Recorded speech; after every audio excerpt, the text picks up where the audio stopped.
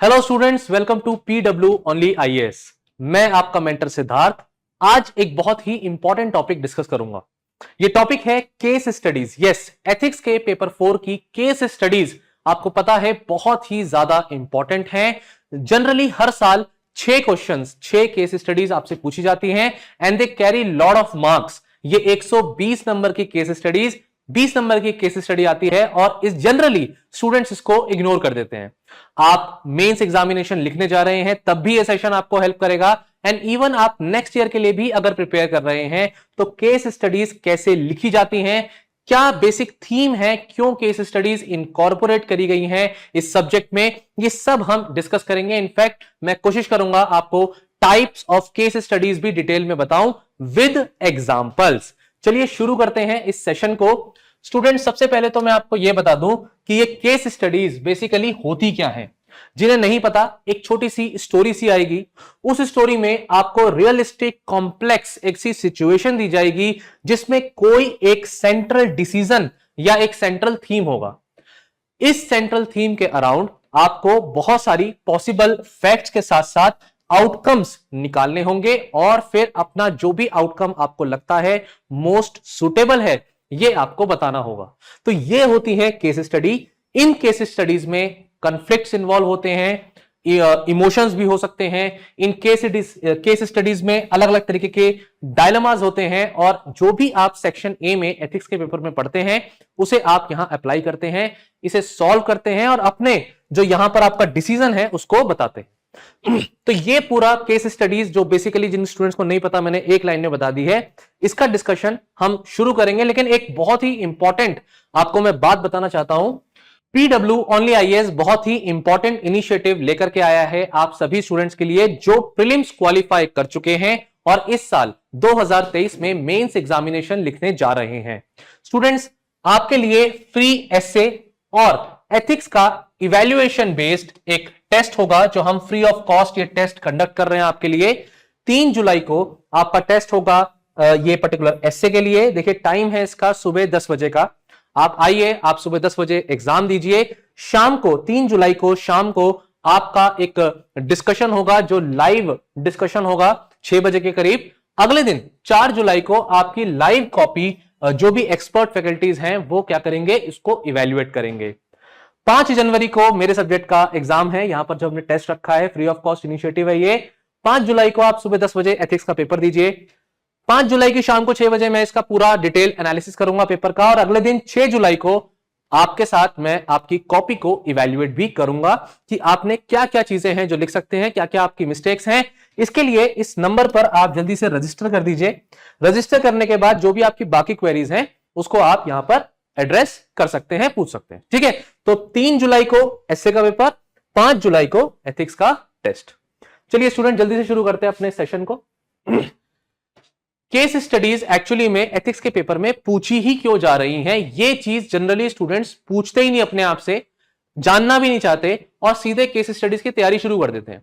आपको यह पता होना चाहिए कि यूपीएससी की डिमांड क्या है। यूपीएससी क्लियरली कहता है कि जो ये केस स्टडीज हैं ये इंडिविजुअल कैंडिडेट जो भी हैं उनका एटीट्यूड और उनकी अप्रोच को टेस्ट करने के लिए है कि वो कैसे जो भी सोसाइटी के इश्यूज हैं उन्हें, वो जितने भी इश्यूज हैं जो कन्फ्लिक्ट हैं उन्हें वो कैसे फेस करते हैं और उसके लिए क्या प्रॉब्लम सॉल्विंग अप्रोच रहेगी। इसमें पब्लिक लाइफ में इंटीग्रिटी, प्रोबिटी, जो आपके सिलेबस का पार्ट भी है सेक्शन ए का, इन सब चीजों को कैसे आप अप्लाई करते हैं। देखिए, नॉलेज का टेस्ट नहीं है।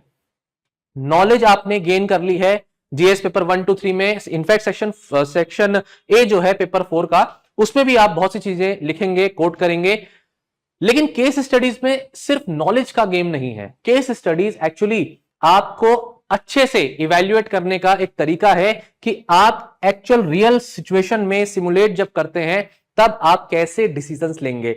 इस चीज को ध्यान में रख करके आपको अपनी केस स्टडीज की तैयारी शुरू करनी है। तो केस स्टडीज की इंपॉर्टेंस क्या है कि ये एक तरीके का जो भी गैप है उसे फिल करती हैं। रियल लाइफ में आप जब सिविल सर्वेंट बन जाते हैं कल, तो आप रियल लाइफ में कैसे बिहेव करेंगे इस चीज को चेक करना। जो भी आपकी एबिलिटी है कि कैसे आप चीजों को इंटरप्रेट करते हैं, क्या पर्सपेक्टिव है आपका, आप कितने हॉलिस्टिकली किसी पर्टिकुलर इशू को देखते हैं, इस चीज को टेस्ट करेगा। आपकी जजमेंट, कैसी पर्सनैलिटी आपकी है, कोई बायसनेस, कोई प्रेजुडिस तो नहीं है आपके अंदर, ये भी टेस्ट करेगा। इनफैक्ट आपका प्रेजेंस ऑफ माइंड, आपकी क्रिएटिविटी इसलिए मैं कह सकता हूं क्योंकि एक केस स्टडी आई थी 2017 की बात है।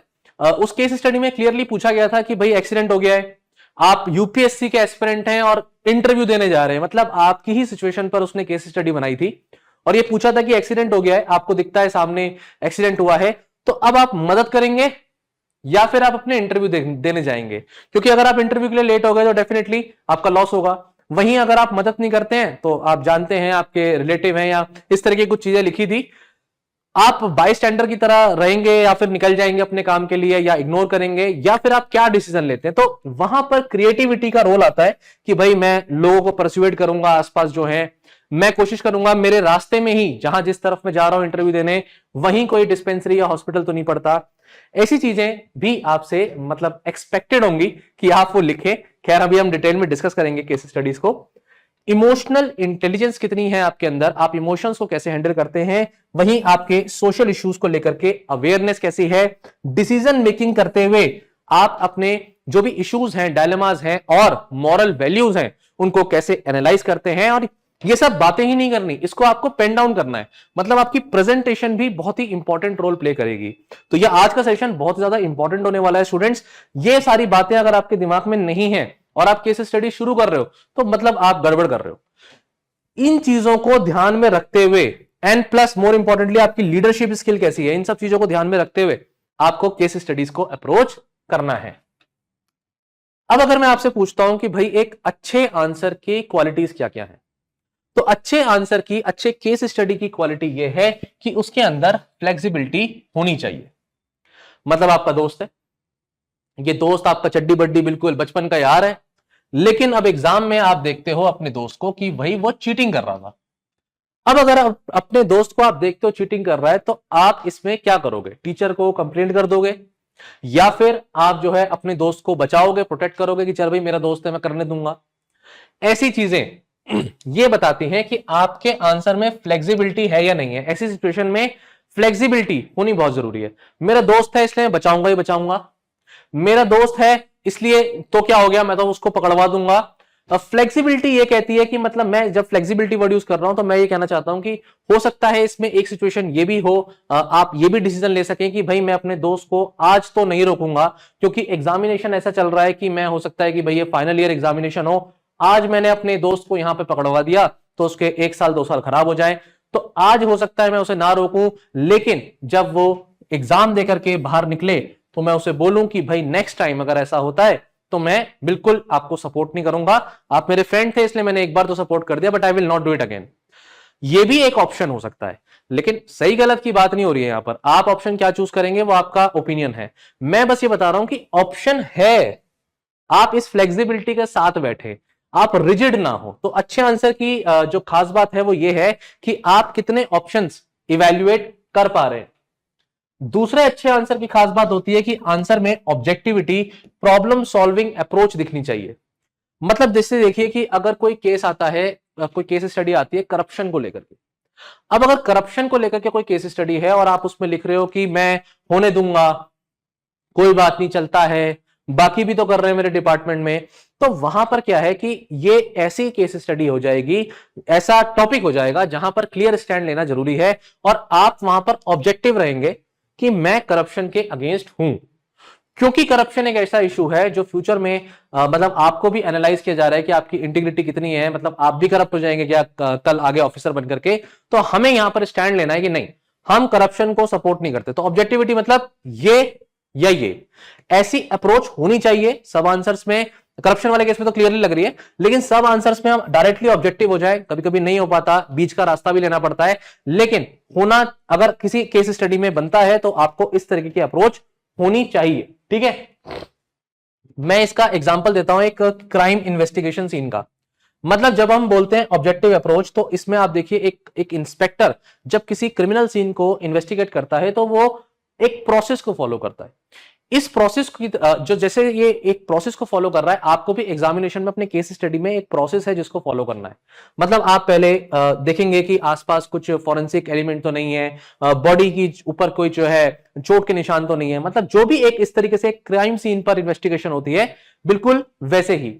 लेकिन कुछ केस स्टडीज कुछ ऐसी चीजें हैं जो आपकी एसेस कर सकती हैं जहां पर आप बिल्कुल इमोशनली डिस्टर्ब्ड हो, लेकिन जब उस इमोशन में आकर के आप डिसीजन लेंगे तो आपका क्या फैसला रहेगा ये टेस्ट किया जा सकता है। जैसे कि मान लीजिए अब आपसे पूछा जाए कि ये पर्टिकुलर पर्सन है जेल में है, अब जो ये पर्सन जेल में है हो सकता है कि XYZ कोई पर्सन है उसकी फैमिली मेंबर का मर्डर करने की वजह से ये जेल में है, या इसने कोई बम ब्लास्ट कर दिया जिसकी वजह से किसी इंडिविजुअल की आपको किसी पोजीशन में रखे किसी कोई नाम बोल दे, आपका सुरेश रमेश कुछ करके बोल दे और बोल दे कि उसकी वजह से ही ये ब्लास्ट उसने किया, टेररिस्ट एक्टिविटी करी और फैमिली मेंबर की डेथ हो गई।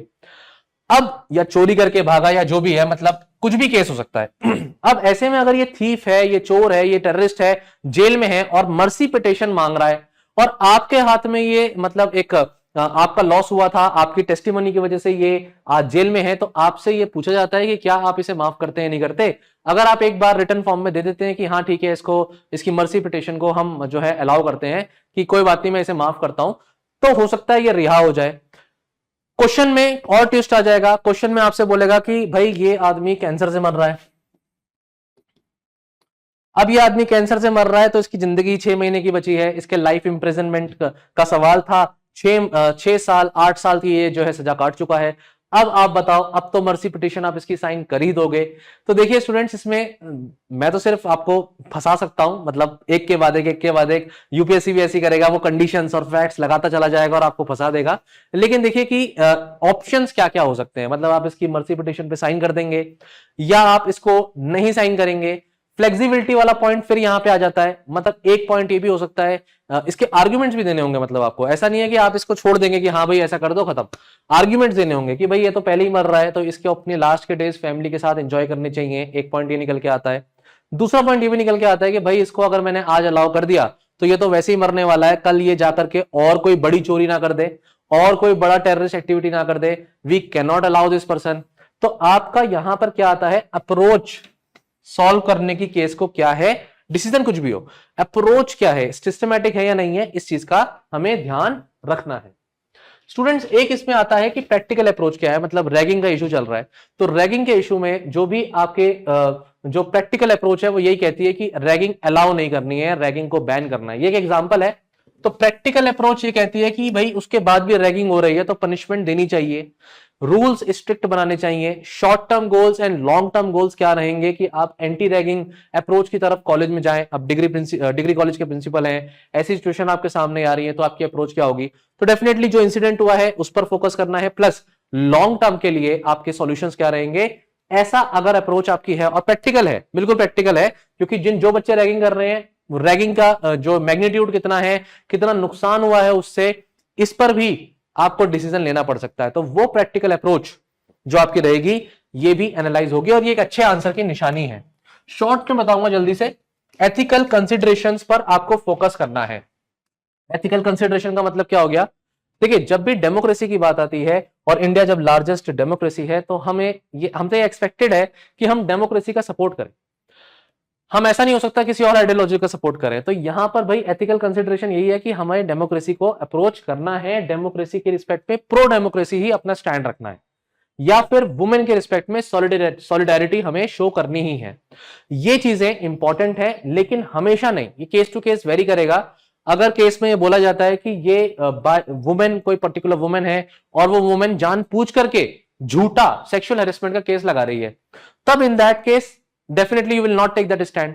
लेकिन जैसे सेक्सुअल हैरेसमेंट का मैंने बताया एक पॉइंट निकल के आया, वर्क प्लेस पर सेक्सुअल हैरेसमेंट का केस होता है तो वहां पर चुप रहना भी ये आपके लिए गलत हो जाएगा। आपको केस स्टडी अगर ऐसी है जिसमें कोई वल्नरेबल है, कोई बच्चा है, कोई सीनियर सिटीजन है, कोई वुमेन है, तो उस केस में आपको उसके लिए स्टैंड लेना होगा। ये एक अच्छे आंसर की निशानी है। देन आता है आपका taking stand on ethical ground. जैसे मैंने बताया था करप्शन के तो आपको अगेंस्ट ही रहना है, क्योंकि करप्शन को आप किसी भी तरीके से जस्टिफाई नहीं कर सकते। करप्शन को आप कहीं भी ये नहीं कह सकते कि भाई करप्शन जो है सही है, चलो हो गया कोई बात नहीं, उसके घर में दिक्कत थी उसने पैसे ले ली। It is not right. Corruption को आप हमेशा अगेंस्ट बोलेंगे, इसको आप हमेशा डिनाई करेंगे कि ये स्टैंड नहीं है। तो ऐसी चीजों पर मैं एक्सपेक्ट करता हूं कि स्टूडेंट्स आप अभी से ध्यान रखिए, केस स्टडी कुछ भी आए, करप्शन को आप टॉलरेट नहीं करेंगे, जीरो टॉलरेंस आपका होना चाहिए। पर्सनल बायस नहीं होनी चाहिए। पर्सनल बायसनेस का मतलब हो गया कि भाई नेताजी हैं, अब नेताजी तो बुरे ही होते हैं, भाई पॉलिटिशियन तो बुरा ही होता है, ऐसी सोच नहीं होनी चाहिए। मतलब आपकी इमेज हो सकता है पॉलिटिशियन को लेकर के ऐसी हो, लेकिन पॉलिटिशियन हमेशा बुरा ही है, ऐसे प्रेजुडिस, ऐसे बायसनेस से आपको बचना है। एग्जाम में, पेपर में क्या केस स्टडी है, उस केस स्टडी को देख करके ही आप डिसाइड करिएगा कि आपको नेताजी, आपको एक जो पर्टिकुलर और सीनियर्स हैं, उनको किस तरीके से आप लिखेंगे एग्जाम में। बायसनेस के साथ आप नहीं लिखेंगे, और ये गलती ज्यादातर स्टूडेंट्स करते हैं। देखिए, केस स्टडी में जितना लिखा है आप उतना ही इंटरप्रेट करिए। आप उसके एक्स्ट्रा बियॉन्ड जो लिखे हैं कीवर्ड्स, उसके बियॉन्ड जाकर के केस स्टडी में मत इसमें जो है फैक्ट्स को लेकर के आइए। पॉसिबल ऑप्शंस में आप जरूर लिख सकते हैं कि देखिए मैं इसमें ये अब लिखा तो नहीं है, लेकिन इसमें ऑप्शन हो सकता है कि ये भी सही है, ये भी सही है, तो मैं इसमें आगे जाकर के टेस्ट करूंगा, अगर हुआ तो फिर यू कैन राइट। लेकिन आपका जब तक लिखा हुआ ना हो, जितना केस स्टडी में लिखा है उसी के बेसिस पर ही आप इंटरप्रेट करें, फैक्ट्स को अपनी तरफ से ऐड नहीं करिए। बाकी एक पॉइंट आता है जस्टिफिकेशन का। स्टूडेंट्स, केस स्टडीज अलग अलग तरीके की आती हैं। एक केस स्टडी का एग्जांपल मैं भी आपको दिखाऊंगा, और मैं आपको यह बताना चाहता हूं कि जो भी ऑप्शंस आपके पास हैं, आप जब लिखते हैं ऑप्शन ए सही लग रहा है, ऑप्शन बी सही लग रहा है, ऑप्शन सी सही लग रहा है, डी भी हो सकता है ऑप्शन, जो भी ऑप्शन आपको लग रहा है उसमें आपको लास्ट में क्या बताना होगा, what will you choose, what will be your correct approach. तो आपकी चॉइस क्या है, राइट? जो भी चॉइस आप लेंगे, इंपॉर्टेंट पॉइंट यह है कि उस चॉइस का जस्टिफिकेशन क्या है। अगर आप किसी ऑप्शन को चूज कर रहे हैं कि भाई इतनी केस स्टडी में इन ऑप्शंस के साथ साथ मैं इस ऑप्शन में स्टिक करूंगा और ये मेरा फाइनल डिसीजन है, तो इस फाइनल डिसीजन पर आपने उसे जस्टिफाई कैसे किया है, why you want to choose this particular choice, this is very important. और ये बच्चे स्टूडेंट्स, एस्पिरेंट्स जनरली नहीं करते। इसकी वजह से क्या होता है, उनके मार्क्स कट जाते हैं। ऑप्शन तो लिख दिए साथ, लेकिन चूज कौन सा किया है और क्यों किया है, कौन सा किया है वो भी लिख दिया, लेकिन क्यों किया है अगर वो ही नहीं एक्सप्लेन कर पाए तो मार्क्स कट जाते हैं। अब मैं केस स्टडी आपको दिखा रहा हूं। देखिए, इस केस स्टडी में ये चीज अप्लाई होती है। ये केस स्टडी अच्छी खासी केस स्टडी है, 2015 का ये क्वेश्चन है। मैं इसे शॉर्ट में बता देता हूं। ये केस स्टडी है एक्चुअली एक डिजास्टर की।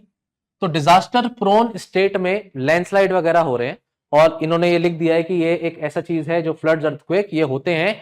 अब किसी स्टेट में, किसी सिचुएशन में इस तरीके का एक क्लाउड बर्स्ट होता है, ठीक है, और बहुत से लोग वहां पर क्या है, ट्रैप्ड है, बहुत से लोग वहां पर ट्रैप्ड।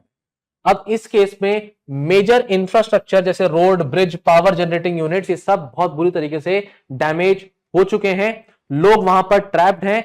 अब देखिए, इस केस स्टडी में क्या काम किया है इन्होंने लिस्ट दे दी है। लिस्ट क्या है कि आपके एरिया में आपकी रिस्पॉन्सिबिलिटी है फंसे हुए लोगों को बचाना, और वो फंसे हुए लोग कौन है। फंसे हुए लोग में सबसे पहला सीनियर सिटीजन दे दिया, दूसरा इन्होंने बोल दिया भाई पेशेंट्स हैं हॉस्पिटल में, वुमेन और चिल्ड्रन है, हाइकर है, टूरिस्ट है, देन रूलिंग पार्टी, जो रूलिंग पार्टी है उसके कोई रीजनल प्रेसिडेंट है अपनी फैमिली के साथ पूरी की पूरी, कोई चीफ सेक्रेटरी है, ये नेबरिंग स्टेट का कोई चीफ सेक्रेटरी है, मतलब यहां पर इंटरनेशनल रिलेशंस भी इन्वॉल्व कर दिया। अब देखिए यहां पर नेबरिंग लिख दिया है ना, नेबरिंग स्टेट लिख दिया है। तो अब ये नेबरिंग स्टेट पाकिस्तान भी हो सकता है, ये नेबरिंग स्टेट श्रीलंका भी हो सकता है। अब आपकी बायसनेस नहीं आनी चाहिए कि आप पाकिस्तान का कोई इंटरनेशनल कोई चीफ सेक्रेटरी है तो आप उसको छोड़ दो, आप उसे बचाओ नहीं। नेपाल का हुआ तो आप यहां पर जितना लिखा है सिर्फ उतना ही सोचिए, इससे ज्यादा मत सोचिए। देन लास्ट में आता है प्रिजनर्स। अब ये जो 8-9 जने इन्होंने लिख दिए, ये जो ग्रुप ऑफ पीपल हैं या जो इंडिविजुअल्स हैं, इसमें आपसे पूछता है कि सिविल सर्विस ऑफिसर आप हो उस स्टेट में, उस डिस्ट्रिक्ट में, और आप लोगों को रेस्क्यू करोगे, राइट? लेकिन क्वेश्चन है कि आप किसको सबसे पहले रेस्क्यू करते हो। क्वेश्चन क्या है, क्लियरली देखिए कि what would be the order in which you will rescue these people. तो आपसे ऑर्डर पूछ लिया, इसका मतलब आपको पहला बताना है, फिर दूसरा बताना है, फिर तीसरा, फिर चौथा, और उसके बाद लास्ट में एक वर्ड लिख दिया इन्होंने वाई। तो स्टूडेंट्स, अब ऐसा क्वेश्चन जब आता है तो इसमें आप इन्हें पहले चूज करें या इन्हें पहले चूज करें, ये आपकी मर्जी है। लेकिन रीजनिंग वाई अगर ये आप एक्सप्लेन नहीं कर पाए तो जो पॉइंट मैं समझाना चाह रहा था जस्टिफिकेशन वाला, ये सेटिस्फाई नहीं होता। और अच्छे आंसर के लिए बहुत जरूरी है कि आप जस्टिफाई करें क्यों। मतलब इसमें हो सकता है कोई लिखे, कोई कैंडिडेट लिखे कि भाई मैं सीनियर सिटीजन को पहले बचाऊंगा, तो कोई लिखे कि मैं वुमेन और चिल्ड्रन को बचाऊंगा। कोई ये भी कह सकता है कि भाई ये नेबरिंग स्टेट का है, हो सकता है हमारे रिलेशंस अच्छे नहीं हो किसी स्टेट के साथ, डिप्लोमेटिक टाइज में इंपैक्ट आ सकता है, इंटरनेशनल रिलेशंस पे फर्क पड़ सकता है, इसलिए जरूरी है कि इस एडिशनल चीफ सेक्रेटरी को बचाया जाए। मैंने क्या बोला, हो सकता है। मैंने कहीं ये नहीं लिखा कि पाकिस्तान का है नेपाल का है, मैंने ये नहीं बताया। तो आपको भी ऐसी बायसनेस शो नहीं करनी, आपको लिखना है नेबरिंग स्टेट है, इंपॉर्टेंट है डिप्लोमेटिक रिलेशंस के लिए, इन्हें बचाना जरूरी है।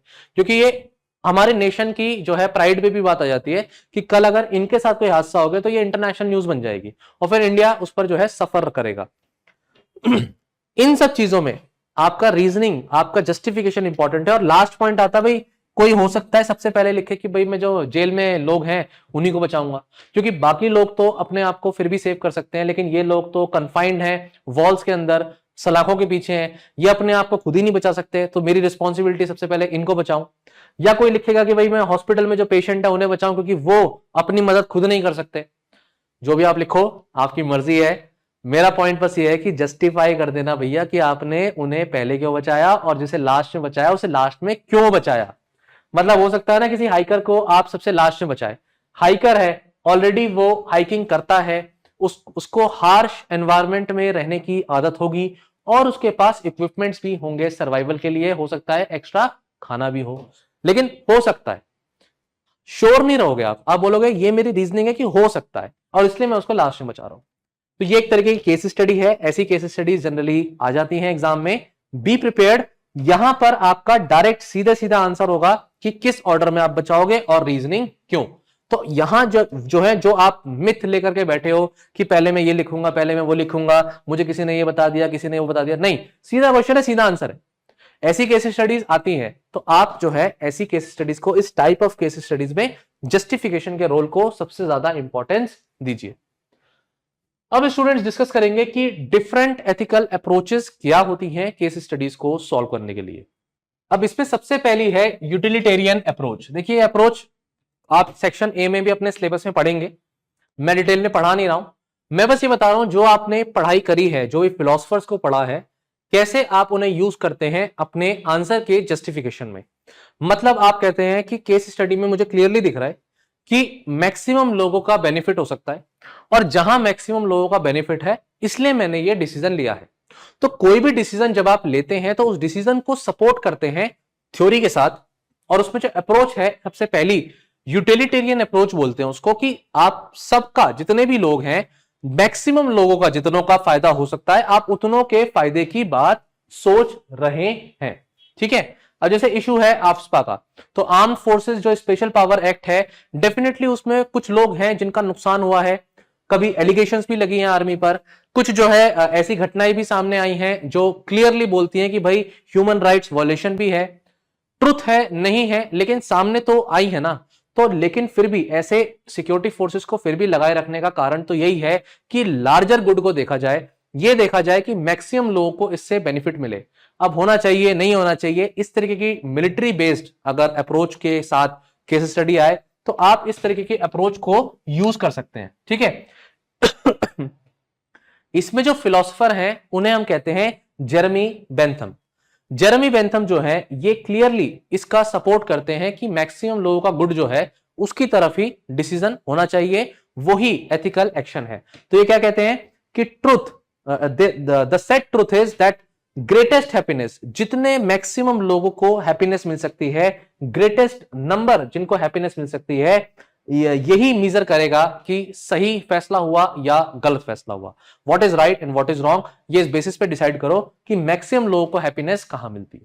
ठीक है, दूसरी अप्रोच शॉर्ट में बता रहा हूं, थ्योरी में तो हम डिटेल में पढ़ते हैं, शॉर्ट में दूसरी अप्रोच है राइट अप्रोच। अब राइट अप्रोच पे जब हम जाते हैं तो राइट अप्रोच कौन सी, फंडामेंटल राइट अप्रोच। भाई किसी का फंडामेंटल राइट अगर ब्रीच हो रहा है आर्टिकल 19 है, 20 है, 21 है, 22, 23, जो भी आपने आर्टिकल्स फंडामेंटल राइट के पढ़े हैं पॉलिटी में, यहां इक्वालिटी, फ्रीडम, एक्सप्लॉयटेशन, ये कॉन्स्टिट्यूशनल रेमेडी, जो भी आपके फंडामेंटल राइट्स अगर ब्रीच होते हैं तो आप लिख सकते हो कि भाई क्योंकि फंडामेंटल राइट ब्रीच हो रहे हैं, क्योंकि ये पर्टिकुलर राइट फंडामेंटल राइट के अगेंस्ट है, तो मैं इस राइट अप्रोच के साथ ये डिसीजन ले रहा हूं। दूसरा, आप अपने प्रियम्बल को भी कोट कर सकते हैं एग्जाम में कि भाई प्रियम्बल ने हमें क्लियरली बताया है कि justice, liberty, equality and fraternity ये की ऐसे बिल्कुल प्रिंसिपल्स हैं हमारे ये कॉन्स्टिट्यूशन के, तो हम इन चीजों को कैसे डिनाई कर दें। अल्टीमेटली आप इसमें जो है इमैनुअल कांत को कोट करते हैं। इमैनुअल कांत जो है, जो पर्टिकुलर फिलॉसफी इनसे रिलेटेड है, वो है एक यूनिवर्सल प्रिंसिपल की कैटेगोरिकल इंपेरेटिव जिसे हम बोलते हैं। वो क्लियरली कहते हैं कि भाई जो भी पर्सन है, जो उसका एक्शन है, उसका एक्शन ऐसा होना चाहिए जो यूनिवर्सली एक्सेप्टेड हो। मतलब आपका एक्शन ऐसा हो जो हर जगह अप्लाई हो सके और सही हो। झूठ कहीं भी बोला नहीं जाना चाहिए, हमेशा हर जगह पीस होनी चाहिए, हमेशा हर जगह प्यार होना चाहिए। ये यूनिवर्सल चीज है। ऑनेस्टी हर जगह होनी चाहिए। और जब भी आप ऐसा कुछ काम करेंगे जिसकी वजह से एक गलत एग्जाम्पल सेट होता है, तो कैटेगोरिकल इंपेरेटिव ये कहता है कि भाई इनका जो सेकंड पॉइंट है कि भाई आपको देखा देखी दूसरे लोग भी करने लगेंगे। अब अगर लाइन में गाड़ियां चल रही हैं और एक आदमी लाइन तोड़ दे, तो फिर उसको देखा देखी दूसरा भी लाइन तोड़ देगा, तीसरा भी लाइन तोड़ देगा और फिर जो है ट्रैफिक जैम हो जाएगा। तो यही चीज जो है, ये कैटेगोरिकल इंपेरेटिव जो इमैनुअल कांत का है, उसे आप यूज करते हैं राइट अप्रोच के साथ, अपने केस स्टडी को आप जस्टिफाई कर सकते हैं। तीसरा तरीका है कि भाई आप जस्टिस अप्रोच पे जाएं कि जस्टिस हुआ या नहीं हुआ। So there is a difference between equality before the law and equal protection of the law. Similar situation में सिमिलर तरीके के लोगों को जो है कैसे सिमिलर तरीके से ट्रीट करना चाहिए। एक तो ये तरीका है, बाकी ये तो आप पॉलिटी में पढ़ते हैं कि इनमें डिफरेंस क्या है। Then principles of natural justice हैं, वो फॉलो हुए या नहीं हुए, इंटेंशन क्या है, तो जस्टिस मिला या नहीं मिला। इस तरीके के अप्रोच के साथ भी अपने पॉइंट्स को आप जस्टिफाई करेंगे केस स्टडी में कि ये ऐसा मैं डिसीजन क्यों ले रहा हूं। साथ ही साथ आता है common good approach. Common good approach में देखिए, ध्यान से देखिए, कॉमन गुड जो एकदम यूनिवर्सल है कि भाई वर्ल्ड में पीस होनी ही चाहिए। तो रशिया यूक्रेन पर यूपीएससी ने एक केस स्टडी बनाई। ये केस स्टडी आपकी जो थी, ये इनफैक्ट क्वेश्चन था, केस स्टडी के साथ साथ क्वेश्चन था इनफैक्ट सेक्शन ए का। और वहां पर कॉमन गुड अप्रोच ये बताती है कि लड़ाई तो कभी भी फेवर में हो ही नहीं सकती। कोई भी लड़ाई है, कोई भी वायलेंस है, उसको हम जस्टिफाई कर ही नहीं सकते, क्योंकि वर्ल्ड में तो पीस होनी चाहिए। दूसरा पॉइंट क्या है, दूसरा एग्जांपल, मैं एग्जांपल दे रहा हूं एक तरीके से कि भाई एनवायरमेंट को तो प्रोटेक्ट करना ही करना है, क्योंकि एनवायरमेंट वर्सेस डेवलपमेंट ऐसा भी केस स्टडी आएगा कि भाई इस तरीके से एनवायरमेंट में जो है आप जो है कोई भी डिसीजन लोगे तो एनवायरमेंट का नुकसान है, लेकिन एक तरफ लोगों का बहुत फायदा है, डेवलपमेंट बहुत होगा। तो तब वहां पर आपको एक कॉमन प्रिंसिपल को फोकस करना है कि भाई कॉमन गुड क्या है। गुड यही कहता है कि हमें अर्थ को प्रोटेक्ट करना है, हमें एनवायरमेंट को प्रोटेक्ट करना है, लेकिन डेफिनेटली हमें डेवलपमेंट भी करना है। तो हम उसमें बीच का रास्ता लेंगे कि इतना डैमेज नहीं हो एनवायरमेंट का कि एनवायरमेंट की जो है मतलब खत्म ही हो जाए, हम उसे एक्सप्लॉइट करने लगे। The word here is exploitation. Public health, public health तो भाई ऐसी चीज है कि भाई लोगों की तो हेल्थ से आप खेल ही नहीं सकते। किसी प्राइवेट कंपनी में आप हो और लोगों की हेल्थ खराब हो रही है, तो आपके इस प्रोडक्ट का कोई फायदा नहीं है, आप अनएथिकल काम कर रहे हो, क्योंकि इसमें लोगों की हेल्थ स्टेक पर आ गई। तो ये जो कॉमन गुड अप्रोच है, इसे भी आप यूज कर सकते हैं केस स्टडीज में। इस अप्रोच को लगाइए, अपने आंसर को जस्टिफाई करिए, अपने डिसीजन को जस्टिफाई करिए। अप्रोच मल्टीपल है, आप कोई भी यूज करिए, that depends on the case study definitely. Then virtue approach, Aristotle का यहां पर नाम आता है। वर्च्यूअस अप्रोच जो है कि भाई जस्टिस, यहां पर जो है फेयरनेस होना, जस्टिस होना, steadfast, daring, courage, entrepreneurship, creativity, integrity, loyalty, identity, faith, ऐसी चीजों पर तो क्वेश्चन उठ ही नहीं सकता। फेथफुल होना चाहिए, लेकिन यूपीएससी आपको इस तरह की सिचुएशन लाके देगा कि आप फेथफुल होंगे अपने डिपार्टमेंट के लिए, अपने इंस्टीट्यूशन के लिए, तो आपका इंस्टीट्यूशन ही क्या कर रहा है, कुछ गलत कर रहा है। तो क्या आप अपने इंस्टीट्यूशन के लिए फेयर रहेंगे, या फिर आप लोगों के जो लार्जर गुड की सोच है उसकी तरफ ध्यान देंगे और इस पर्टिकुलर जो भी गलत काम हो रहा है उसको आप जो है क्या करेंगे, रिवील कर देंगे, ट्रांसपेरेंसी ले आएंगे उसमें। तो ये एक लॉयल्टी का इशू हो जाएगा वर्सेस जो एक लार्जर गुड है। तो ये ऐसी केस स्टडी होंगी जहां जरूरी नहीं है जो एथिकल डायलेमास आपके हों वो गलत और सही के बीच में हो, वो दो सही के बीच में भी हो सकते हैं, वो दो गलत के बीच में भी आपको चूज करना पड़ सकता है। लेकिन डिसीजन आप क्यों ले रहे हैं, ऐसे में अगर आप कोई वर्चुअस अप्रोच देते हैं कि भाई जस्टिस मिल रहा है इसलिए ले रहा हूं, फेयरनेस होनी चाहिए, रिस्पेक्ट होनी चाहिए, लॉयल्टी होनी चाहिए, इन रीजंस की वजह से मैं ये डिसीजन ले रहा हूं, तो ये वर्चुअस अप्रोच है, राइट। तो अब ऐसे में तो विभीषण के लिए भी कहा जाता है, रामायण से उठा रहा हूं एग्जांपल, कि विभीषण जो थे, अब ये विभीषण क्या थे, ये लॉयल तो नहीं रहे, है ना, रावण के लिए, लेकिन ये राम जी के लिए तरफ इंक्लाइंड हो गए और लंका के लिए लॉयल, अपने लिए जहां रहते थे, जो उनका घर था, वो लॉयल नहीं रहे। तो लॉयल्टी वहां पर अगर एग्जाम्पल देते हैं तो भाई उन्होंने जो है ट्रुथ का साथ दिया, लॉयल नहीं रहे लेकिन ट्रुथ का साथ दिया, तो अपने रावण के साथ ट्रुथफुल वो। अब देखिए 3 एग्जाम्पल मैं दूंगा आपको, यहां पर एक एग्जाम्पल विभीषण का आता है, एक एग्जाम्पल कर्ण का आता है, ठीक है, और एक एग्जाम्पल यहां पर आता है जो पर्टिकुलर कुंभकर्ण का आता है। तो तीनों में देखिए कि अगर कुंभकर्ण है और कर्ण है, उन्होंने लॉयल्टी चूज करी, और जो विभीषण थे उन्होंने ट्रुथ को सपोर्ट किया, ट्रुथ की तरफ वो इंक्लाइंड हुए, तो श्री राम की तरफ आए। रावण की तरफ उन्होंने जो है अपनी लॉयल्टी शो नहीं करी, तो वो बचे, और कर्ण का और कुंभकर्ण का तो बहुत बुरा हाल हुआ, अल्टीमेटली दे डाइड। तो देखिए ये लॉयल्टी हमेशा 100% हो जरूरी नहीं है, हमेशा लॉयल रहा जाए ये जरूरी नहीं है, आपको केस पे देखना पड़ेगा, लेकिन वर्चुअस अप्रोच जो है ये आपको आपके जस्टिफिकेशन देने में हेल्प करेगी। गांधीयन तैलिस्म, जिसको नहीं पता है जरूर उसको पढ़िए, मैं अभी यहां तो एक्सप्लेन नहीं कर सकता गांधीयन तैलिस्म क्या है, लेकिन ये जो तलिस्मन है इसको आप यूज करिए कि भाई आपका कोई भी डिसीजन ऐसा है तो आप उस डिसीजन में ध्यान रखिए कि जो गरीब से गरीब इंसान है उसकी जिंदगी पर आपके डिसीजन से क्या फर्क पड़ेगा, ऐसे डिसीजन आप लीजिए, तो उसको भी अप्रोच को आप यूज कर सकते हैं अपने एग्जाम में। बाकी इमैनुअल कांत का कैटेगोरिकल इंपेरेटिव मैंने आपको समझा दिया। स्टूडेंट्स इसके बाद आता है प्रोफेशन बेस्ड अप्रोच। आपका प्रोफेशन आपसे क्या कहता है, मतलब एक लॉयर है तो उसका प्रोफेशन ये कहता है कि भाई अपने क्लाइंट की जो भी बातें हैं उसे सीक्रेट रखे। एक डॉक्टर है तो उससे उसका ये प्रोफेशन कहता है कि भाई चाहे वो पेशेंट कोई टेररिस्ट ही क्यों ना हो, अगर वो पेशेंट है तो उसका ये धर्म है, ये उसका प्रोफेशन एथिक्स है, प्रोफेशनल एथिक्स की वो उस पेशेंट की जान बचाए, even if that particular patient is a criminal. कोई सोल्जर है तो उससे यही एक्सपेक्टेड है कि वो बॉर्डर पर या जो आपके जो सिविलियंस हैं उनकी रक्षा करे, इवन इफ उसको अपनी लाइफ पर ही अपने स्टेक को क्यों ना लगाना हो।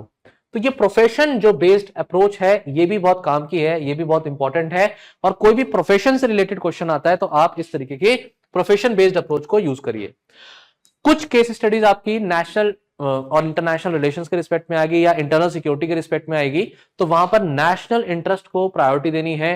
ये जियोपॉलिटिकल स्टेटस क्या है उसको ध्यान में रखिए, कंट्री की इकोनॉमी को ध्यान में रखना है, हमें कंट्री की मिलिट्री को ध्यान में रखना है, साइंस एंड टेक्नोलॉजी के रिस्पेक्ट में भी कोई पर्टिकुलर एक ऐसी टेक्नोलॉजी है, एमर्जिंग टेक्नोलॉजी है जिससे बहुत फायदा हो सकता है लोगों का, लेकिन उसका मिसयूज करने से नुकसान भी हो सकता है, तब भी हमें नेशन को भी ध्यान में रखना है, क्योंकि स्टूडेंट जल्दी जनरली गलती करते हैं, स्टेक होल्डर्स जब वो लगाते हैं तो उसमें नेशन को एज अ स्टेक होल्डर लगाते नहीं है। तो अब अगर कहीं नेशन भी पूरा पूरा का पूरा आपका देश या पूरा का पूरा वर्ल्ड स्टेक पर है, देन साइंस क्या है, कोई एक ऐसी टेक्नोलॉजी जो पूरे वर्ल्ड को ही तबाह कर सकती है, तो definitely you need to consider it. और सोशो कल्चरल लेवल पर भी आपका नेशन की जो नेशनल इंटरेस्ट है उसको आपको ध्यान में रखना है। तो ये कहां अप्लाई होगा, कैसे अप्लाई होगा, ये तो क्वेश्चंस के रिस्पेक्ट में ही आप डिसाइड करते हैं, लेकिन देखिए धीरे धीरे प्रैक्टिस करेंगे। कुछ केस स्टडीज में भी आपको आज बताऊंगा, तो ऐसे इस तरीके से आप प्रैक्टिस करते जाएंगे तो हमें बेटर इंसाइट मिलेगी, and then more we write, the more we analyse, the more we read, तब जाकर के आप केस स्टडीज में अच्छे नंबर ले सकते हैं। मैं आपको क्लियरली बता दूं स्टूडेंट्स, आप कितनी भी मेहनत कर लो बाकी सब्जेक्ट्स में, देयर इज अ लिमिट, लेकिन एथिक्स का पेपर एक ऐसा पेपर है जिसमें बहुत ही कम एफर्ट्स लगते हैं और जो स्कोर है मैक्सिमाइज किया जा सकता है। इसीलिए इस पेपर को हम कह सकते हैं कि ये एक डिसाइडिंग पेपर हो जाता है। कभी कभार आपके ऑप्शनल भी है, वैसे तो ऐसे का पेपर भी है, लेकिन एथिक्स का पेपर एक डिसाइडिंग पेपर हो जाता है जहां मार्क्स आप अपने जो है बिल्कुल बढ़ा सकते हैं, खींच सकते हैं। रैंकिंग अगर आपकी अच्छी रैंक आ रही है तो उसको और इंप्रूव कर सकते हैं, या आपका सिलेक्शन 5 नंबर 10 नंबर से बाहर हो रहा था और आप अंदर आ सकते हो लिस्ट में, तो ये पेपर वहां पर बहुत बड़ा रोल प्ले करता है, और उसमें सबसे ज्यादा मेजर रोल होता है केस स्टडीज का। ठीक है, बहुत ही कम एफर्ट्स के साथ आप इन केस स्टडीज को क्या कर सकते हैं, अच्छे से स्कोर कर सकते हैं। अब मैं एक जनरल फ्रेमवर्क पढ़ाऊंगा आपको कि केस स्टडीज को सॉल्व करने के लिए एक फ्रेमवर्क क्या होता है। देखिए जनरल फ्रेमवर्क में कुछ क्वेश्चन, जैसे पिछला केस स्टडी मैंने दिखाया बिल्कुल डायरेक्ट था, तो उस क्वेश्चन में तो आप क्लियरली आंसर लिखते हैं, लेकिन एक जनरल फ्रेमवर्क ध्यान में रखिए कि आपका एक इंट्रोडक्शन होगा, एक बॉडी पार्ट होगा और एक कंक्लूजन वाला पार्ट होगा। तो इंट्रोडक्शन में सर केस स्टडीज को कैसे शुरू करते हैं वो बता दीजिए। अब आप केस स्टडीज को समझ चुके हैं कि कैसी आती हैं, क्या उसका एसेंस है कि क्यों पूछी जा रही हैं, आप उन सब चीजों को एसेस कर चुके हैं। आप ये भी देख चुके हैं कि किस तरीके की अप्रोच केस स्टडीज में लगाई जा सकती है। स्टूडेंट्स, अब इंट्रोडक्शन में आपसे एक्सपेक्टेड है कि जब आप पूरी केस स्टडीज को पढ़ लें तो उस केस स्टडी का एक लाइन में, एक वर्ड में आप ये बता पाएं कि ये केस स्टडी किसके बारे में है। क्या ये case study moral, individual morality के बारे में है? क्या ये केस स्टडी, मतलब इंडिविजुअल मोरालिटी मतलब आपके इंडिविजुअल के मॉरल प्रिंसिपल्स के ऊपर? क्या ये केस स्टडी आपके करप्शन से रिलेटेड है? क्या ये केस स्टडी वुमेन के पर्टिकुलर डिग्निटी से रिलेटेड है? क्या इस केस स्टडी में वल्नरेबल्स को जस्टिस मिले उससे रिलेटेड है? यू हैव टू डिसाइड, और ये आपको एक लाइन में लिखना आना चाहिए। तो एक्सपेक्टेड ये होता है कि आप रिकॉग्नाइज करें कि इस पूरी केस स्टडी में कौन सा पर्टिकुलर एक की वर्ड है, की पॉइंट है जिसको हमें लिखना है कि भाई चीटिंग हुई, इस पर्टिकुलर केस स्टडी में करप्शन हुआ, उससे सैंड माइनिंग का इशू है, मॉब लिंचिंग का इशू है। कीवर्ड्स आप जरूर इसमें लिखिए। फिर उसमें क्या एथिकल इश्यूज इन्वॉल्व हैं और क्या उसमें कंसर्न्स हैं, ये 2 लाइन में आप बताते हैं कि ये इस केस स्टडी में इससे रिलेटेड है और ये इसमें इश्यूज हैं, 2 लाइन में। इसके बाद आप इस केस स्टडी में ध्यान से देखिए कि आपसे पूछा क्या गया है। अगर क्वेश्चन में आपसे डायरेक्टली पूछा गया है कि कौन कौन से स्टेक होल्डर्स हैं, तो डेफिनेटली आप स्टेक होल्डर्स अप्रोच अपनाएंगे। स्टेक होल्डर्स मतलब कौन कौन से लोग इसमें इन्वॉल्व हैं और उन लोगों पर इसका क्या इंपैक्ट होगा जो भी आप डिसीजन लेते हैं। तो क्या फायदा, क्या नुकसान, कैसा वो महसूस कर रहे हैं, क्या वो उनके अंदर डायलेमा चल रहा है, ये स्टेक होल्डर्स अप्रोच होती है। स्टेक होल्डर्स अप्रोच वैसे तो बेस्ट अप्रोच मानी जाती है, लेकिन जनरली स्टूडेंट्स क्या करते हैं, 6 के 6 क्वेश्चन आए और उन सब में स्टेक होल्डर्स अप्रोच लगा दी। इनफैक्ट पूछा भी नहीं गया, स्टेक होल्डर्स फिर भी लगा दी। तो देखिए ऐसा करने में क्या होता है, एक तो आपके आंसर मोनोटोनस हो जाते हैं, दूसरा जो चीज पूछी नहीं गई फिर भी आप लिख रहे हो तो आप अपने स्पेस को, अपने टाइम को और अपने वर्ड लिमिट को भी क्या करते हैं, कम कर देते हैं। दो, आप स्टेक होल्डर्स को अपने माइंड में रखिए, लेकिन सिर्फ केस जो स्टेक होल्डर्स हैं उनको लिखकर आना ही आना है ऐसे सोच मत रखिए। बाकी एथिकल डायलेमा और एथिकल इश्यूज में भी डिफरेंस है, ये भी स्टूडेंट्स कंफ्यूज करते हैं।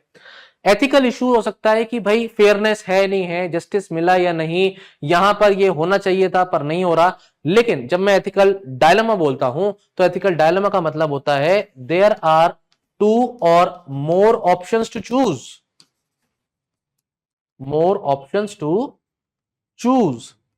स्टूडेंट्स तभी तो डायलेमा है ना कि ये चूज करूं या ये करूं, ये करता हूं तो ये मेरा वैल्यू स्टेक पर जाती है, ऐसा डिसीजन लेता हूं तो ये वैल्यू स्टेक पर जाती है, इसे कहते हैं हम डायलेमा। एथिकल डायलेमा लिखे जा सकते हैं, इवन इफ अगर नहीं पूछे हैं क्वेश्चन में तब भी किसी ना किसी तरीके से आप एथिकल डायलेमा को जरूर लिखिए। ऑप्शंस अवेलेबल जो भी होंगे आपके पास, ऑप्शन 1, ऑप्शन 2, ऑप्शन 3, चाहे आप एथिकल डायलेमास को बॉडी पार्ट में लिख दीजिए, इंट्रोडक्शन में नहीं लिखें। लेकिन अब जो क्वेश्चन आ रहे हैं, जो मैं पिछले 2 साल से देख रहा हूं, डायरेक्टली आपसे पूछा जा रहा है कि एथिकल इश्यूज और एथिकल डायलेमा क्या है।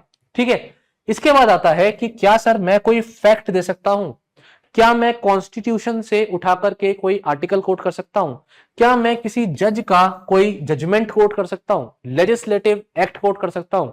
देखिए बिल्कुल कर सकते हैं आप। इसमें कोई रिपोर्ट है, कमीशन की कोई रिपोर्ट है, एनसीआरबी की कोई रिपोर्ट है, वुमेन से रिलेटेड है, कुछ सोशल जस्टिस की कोई रिपोर्ट है, आप उस रिपोर्ट को कोट कर सकते हैं। लेकिन आपसे ये एडवाइस है स्टूडेंट्स कि आप उस फैक्ट को इतना ज्यादा ना लिख दें कि आप 70-80 वर्ड अपने जो है खराब कर लें। अगर आपको कुछ कोट करना भी है तो आप 2 लाइन बिल्कुल ले सकते हैं इंट्रोडक्शन में। इनफैक्ट अगर पास्ट में कोई पर्टिकुलर इवेंट है जिससे जुड़ा हुआ केस स्टडी है तो उस इवेंट को भी बता सकते हैं कि ये केस स्टडी इस बारे में है और ये सिमिलर है उस पर्टिकुलर केस से जो already so and so year में हुआ था। ये किया जा सकता है, लेकिन बहुत ही सोच समझ करके और इररेलेवेंट इंफॉर्मेशन लिख करके अपने वर्ड्स को जो है खराब कर लेना, ये भी सही नहीं है। तो इन सब चीजों को जब आप करते हैं तो ये बनता है आपका इंट्रोडक्शन। क्लियर, समझ पा रहे हैं? ये अभी शायद ना भी समझ में आ रहा हो, लेकिन जब हम लिखते हैं तो लिखते समय क्या होता है कि हम और इंप्रूव करते हैं।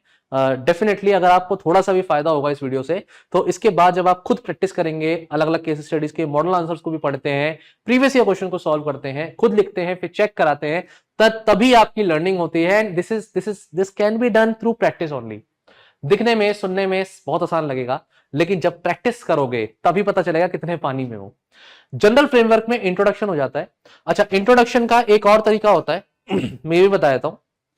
इंट्रोडक्शन में स्टूडेंट्स क्या कर सकते हैं, एक वेन डायग्राम भी बना सकते हैं।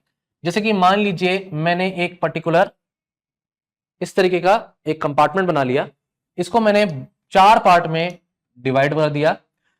इसमें स्टूडेंट्स आप क्या कर सकते हैं कि आप केस स्टडीज के रिस्पेक्ट में कुछ अगर फैक्ट्स हैं तो वो आप यहां लिख सकते हैं।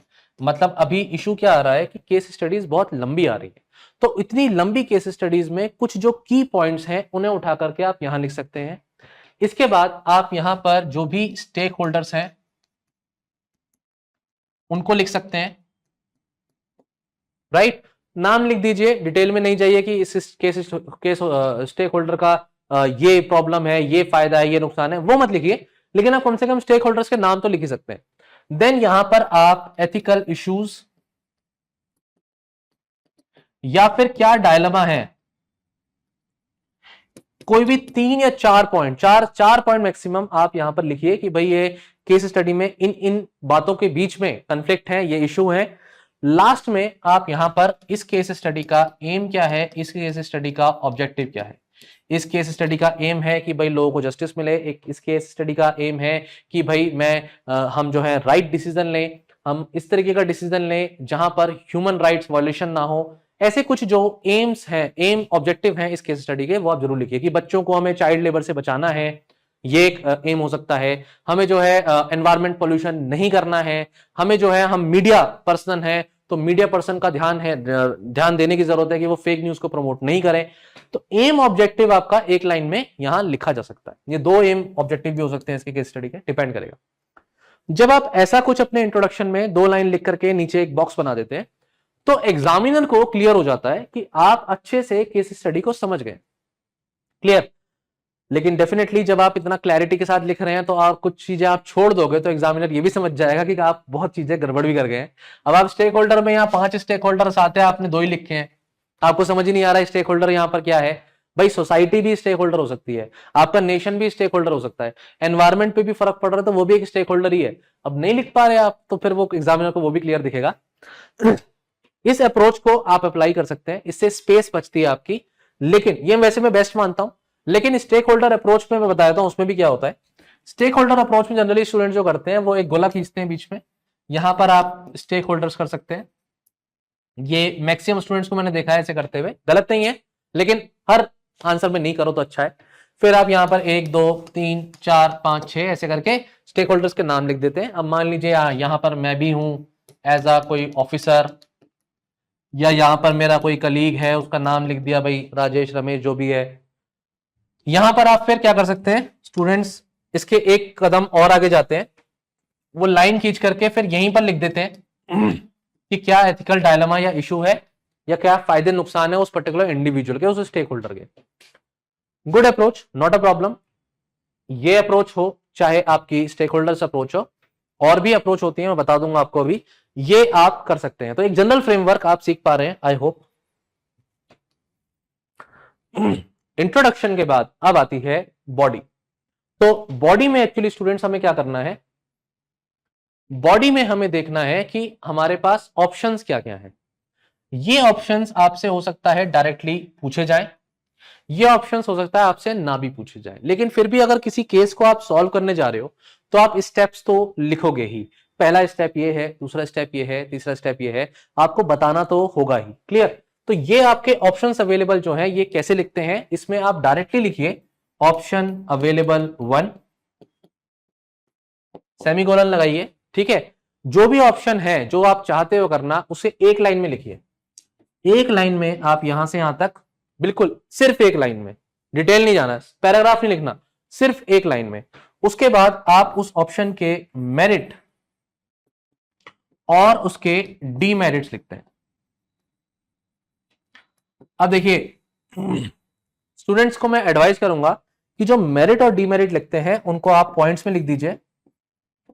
जो 3 मेरिट हो गए, यहां पर मान लीजिए 2 डीमेरिट हो गए। एक तो ये तरीका है, दूसरा तरीका ये है कि आप मेरिट लिखिए, मेरिट लिखने के बाद आप 1, 2 एंड 3 तीनों पॉइंट आपने लिख दिया और फिर नीचे डीमेरिट लिख दिया, फिर इसके 1, 2, 3 पॉइंट आ गए। लेकिन जब आप कॉलम बेस्ड अप्रोच अपनाते हैं तो इसमें आप अपनी स्पेस को यूटिलाइज करते हैं, सबसे पहला पॉइंट। और दूसरा, जब आप इस तरीके के कॉलम बेस्ड आते हैं तो आपको क्लियरली दिखता है फायदा और नुकसान। ये एग्जामिनर के लिए भी इजी होता है समझना, लेकिन आपको जो भी कंफर्टेबल लगता है डेफिनेटली आप वो फॉलो करिए। दूसरे जो वर्ड यूज होते हैं मेरिट डीमेरिट की जगह, वो यूज होते हैं प्रोज एंड कॉन्स। आप चाहें तो इन वर्ड्स को भी यूज कर सकते हैं। Advantage and disadvantage generally words ये भी यूज हो सकते हैं, लेकिन एडवांटेज किसी टेक्नोलॉजी का हो सकता है, किसी टेक्नोलॉजी का मिसयूज उसका डिसएडवांटेज हो सकता है। तो मैं एडवाइस करूंगा कि अगर कोई सिचुएशन है तो सिचुएशन में आप मेरिट जैसा वर्ड या प्रोज जैसा वर्ड को यूज करिए। फिर आपने ये लिखा, लिखने के बाद आप नीचे directly option 2 merit demerit, option 3 merit demerit. जब आप ऑप्शंस दे रहे हैं, ध्यान से सुनिएगा, जब आप ऑप्शंस दे रहे हैं तो वो ऑप्शन आप क्यों दे रहे हैं, उसका फायदा और उसका नुकसान तो आप लिख रहे हैं, लेकिन आपने वो ऑप्शन चूज किया है ये आपको बताने की जरूरत नहीं। आप किसी भी तरीके से, मतलब अच्छा आंसर वही है जहां एग्जामिनर को एक मतलब उसके अंदर एक ऐसी फीलिंग रहे, इंक्विजिटिवनेस रहे कि अब क्या चूज करोगे। लिखा तो अच्छा है, ऑप्शन बढ़िया है, ऑप्शन 2 भी बढ़िया है, 3 भी बढ़िया है, लेकिन तुमने क्या चूज किया, लास्ट तक उसको अगर नहीं पता लगे कि तुमने क्या चूज किया है, उसी में फायदा है। तो इससे पता लगता है कि आप बायस्ड नहीं हो, आपने सब कुछ सोच लिया, फायदे नुकसान देख लिया और फिर आप लास्ट में फाइनल अपना ऑप्शन चूज कर रहे हो कि मैं ऑप्शन 2 को चूज करूंगा या ऑप्शन 3 को चूज करूंगा। क्लियर, समझ पा रहे हैं स्टूडेंट्स? तो देखिए ये 1, 2, 3, 4 इसमें अपना आप डिटेल एक्सप्लेन मत करने जाओ कि मेरिट है तो मैं इसलिए इस मेरिट को जो है फेवर कर रहा हूं। फेवर करने वाली बात यहां नहीं आएगी, फेवर करने वाली बात बाद में आती है। अब जो एक और इंपॉर्टेंट चीज मैं बताने वाला हूं वो है पर्सपेक्टिव्स, डिफरेंट पर्सपेक्टिव्स को एनालाइज करना। अब ये स्टूडेंट्स नहीं कर पाते, जब वो ये नहीं कर पाते तो फिर उनका आंसर इनकम्प्लीट हो जाता है। मैं बताता हूं कैसे। आई होप स्टूडेंट्स ये आपको जो नॉलेज दे रहा हूं मैं अभी, ये फायदा हो आपका और इस वीडियो से आपको बहुत कुछ सीखने को मिले। पर्सपेक्टिव्स, राइट, पर्सपेक्टिव से सर का क्या मतलब है? देखिए पर्सपेक्टिव हो सकते हैं अलग अलग। एक होता है एथिकल पर्सपेक्टिव, जिसे हम कहते हैं एथिकल अप्रोच। यही वो एथिकल अप्रोच है जो फिलोसफर्स क्या कह रहे हैं, मॉरल वैल्यूज क्या कह रही हैं, यही वो एथिकल अप्रोचेस है जो मैंने पीछे भी पढ़ाई आपको। यूटिलिटेरियन है, जस्टिस है, राइट अप्रोच है, आपने पीछे देख लिए स्टूडेंट्स। सिर्फ ये तो आप करते हैं, सभी बच्चे कर लेते हैं, जब सेक्शन अच्छे से प्रिपेयर करते तो कर लेते हैं, लेकिन क्या सिर्फ यही पर्सपेक्टिव है और कोई पर्सपेक्टिव है ही नहीं? गलत। एथिकल पर्सपेक्टिव के साथ साथ फिलोसॉफिकल एंगल जब आपने देख लिया, एथिकल एंगल देख लिया, इसके साथ साथ और भी पर्सपेक्टिव आते हैं। ये पर्सपेक्टिव आपके कुछ जनरल पर्सपेक्टिव हो सकते हैं, जैसे कि सर जनरल पर्सपेक्टिव में क्या आ जाएगा, जैसे कि आप सोशियो इकोनॉमिक कंडीशंस को ध्यान में रख करके कोई ऑप्शन दे रहे हैं, या फिर आप क्लियर हैं कि आपकी सोसाइटी में सोशियो कल्चर लेवल पर आपने सोच समझ करके फिर इसका पर्सपेक्टिव भी दिया। ये जो पर्सपेक्टिव्स हो सकते हैं स्टूडेंट्स, ये स्पेशल पर्सपेक्टिव्स भी हो सकते हैं। स्पेशल मतलब स्पेस से रिलेटेड। इसका मतलब हुआ सर कि मैं ये पर्सपेक्टिव भी दे सकता हूं कि सिटी वर्सेस अर्बन एरिया, ये जो पर्टिकुलर विलेज या स्मॉल टाउन, इनके पर्सपेक्टिव से देखता हूं तो ये सही लग रहा है, इनके पर्सपेक्टिव से देखूं तो ये सही लग रहा है, या ये लोकल लेवल पर बात हो रही है, स्टेट लेवल पे बात हो रही है, या ये नेशन लेवल का पर्सपेक्टिव है, ये भी आप दे सकते हैं। इसमें आप मैंने अर्बन और विलेज तो बता ही दिया है, सिटी और स्मॉल टाउन का डिफरेंस बता दिया है। देन एक पर्सपेक्टिव आता है स्टूडेंट्स एज का। हो सकता है किसी केस स्टडी में कोई पर्टिकुलर पॉइंट यूनिवर्सली सब पर, सारे स्टेक होल्डर्स पे फिट हो, जरूरी नहीं है। उसमें एज भी आ जाती है कि आप बच्चों के लिए एक चाइल्ड के लिए कैसे सोचते हैं, आप एक सीनियर सिटीजन के लिए कैसे सोचते हैं, कोई एक मैन है कोई वुमेन है, तो जेंडर का हो गया वो पर्सपेक्टिव। मैं लिख देता हूं जेंडर का पर्सपेक्टिव। दोनों के पर्सपेक्टिव से आपने सोचना है, और अगर पॉसिबल हो सके तो लिखना भी है। तो सिर्फ एथिक्स के पर्सपेक्टिव से नहीं, आपको ये पर्सपेक्टिव भी लिखने हो पड़ सकते हैं। पर्सपेक्टिव हो सकता है कि हर्ट वर्सेस माइंड का भी हो, कि मेरा दिल ये कह रहा है, मेरा दिमाग ये कह रहा है, राइट। पर्सपेक्टिव हो सकता है ये आपका एनवायरमेंट के रिस्पेक्ट में भी हो। बाकी आपके जो भी टाइम के रिस्पेक्ट में, मैंने आपको हाँ टाइम के रिस्पेक्ट में बताया थे, चलो एक टाइम के रिस्पेक्ट में भी पर्सपेक्टिव हो सकता है। टाइम मतलब भाई पास्ट में इस तरीके का था, फिर प्रेजेंट में इस तरीके का है, तो भाई फ्यूचर में इस तरीके से हम सोच सकते हैं। तो ये भी एक पर्सपेक्टिव है कि आज मैंने, अगर रैगिंग हो रही है, अब रैगिंग के केस में मैंने आज तो इमीडिएट डिसीजन ले लिया, लेकिन फ्यूचर के रिस्पेक्ट में मैंने पर्सपेक्टिव सोचा ही नहीं कि मुझे भाई ऐसी स्टूडेंट्स की कमिटी बनानी चाहिए जो एंटी रैगिंग हो, एंटी रैगिंग स्क्वाड्स बनाने चाहिए जो जगह जगह घूमे, हमें एक पोस्टर्स लगाने चाहिए हर जगह जहां स्टूडेंट्स को अवेयरनेस क्रिएट हो, हमें कैमरे लगाने चाहिए जगह जगह इंस्टीट्यूशन में, कॉलेज में, कि जो है इस तरह की घटना कोई होती हो तो स्टूडेंट डरे उससे जो करने वाले हैं। हमें student friendly support system create करना है, जहां पर फ्यूचर में अगर किसी स्टूडेंट के साथ ऐसी घटना दोबारा होती है तो वो आकर के इसको रिपोर्ट भी कर सके। भैया ये सब आपने नहीं लिखा, पर्सपेक्टिव सोचा ही नहीं। मैं ये नहीं कह रहा ये लिखना है, यहां पर ये बॉडी का पार्ट चल रहा है, बॉडी में पर्सपेक्टिव सोचिए, बस लिखिए। कंक्लूजन में लॉन्ग टर्म जब आप सजेशंस देते हैं तो उसमें भी आ जाएगा ये, लेकिन सोचिए, इसको ध्यान में रखिए। सिर्फ एथिक्स के बारे में फिलोसोफर्स कौन सा लिख दूं सर मुझे ये बता दो, सिर्फ उतना केस स्टडी में नहीं है, ठीक है। जब ये पर्सपेक्टिव आपको पता चल जाते हैं तो आप बॉडी में उन पर्सपेक्टिव के हिसाब से एनालाइज करते हैं, और फिर मेरिट और डीमेरिट लिखने आपके लिए आसान हो जाते हैं। स्टूडेंट्स मुझसे कहते हैं कि सर मैं 2 मेरिट तो लिख पाया, उसके बाद मेरिट ही समझ में नहीं आ रहा, फायदा क्या है। अरे भाई जब इतने पर्सपेक्टिव पे सोचोगे तो फायदे नुकसान मिल ही जाएंगे। फिर मेरिट डीमेरिट मैंने आपको बता दिया डिफरेंट ऑप्शंस के, और फिर steps you can take to resolve the issue. Last जो आपका ऑप्शन जो आपने चूज किया है उसको आपको एक्सप्लेन करना है। तो इसमें होगा क्या, फिर बॉडी का पार्ट समझ लीजिए उसको, या कंक्लूजन का। कंक्लूजन वैसे मैं नहीं बोलूंगा, उसे बॉडी का ही पार्ट बोलूंगा, कि लास्ट में आपने ऑप्शन जो चूज किया है, और चूज करने के बाद उसके रीजंस, उसका जस्टिफिकेशन। रीजंस भी आप 1 2 3 4 जो भी आपको रीजंस लगते हैं आप दीजिए, और उसमें किसी भी फिलोसोफर का, किसी भी लीडर का, किसी पर्टिकुलर पास्ट में किसी घटना का, कोई सिचुएशन का अगर एग्जांपल लेकर के बताना है तो आप बिल्कुल बताइए, गलत नहीं है। इसे आप इस चीज को आप कह सकते हैं कि एंड ऑफ दी आंसर में आपको लिखना है, इसलिए मैं इस चीज को आपको वैसे तो इन स्लाइड्स में आपको मैं ये बता रहा हूं कि ये कंक्लूजन का पार्ट हो जाएगा, मेकिंग द फाइनल डिसीजन।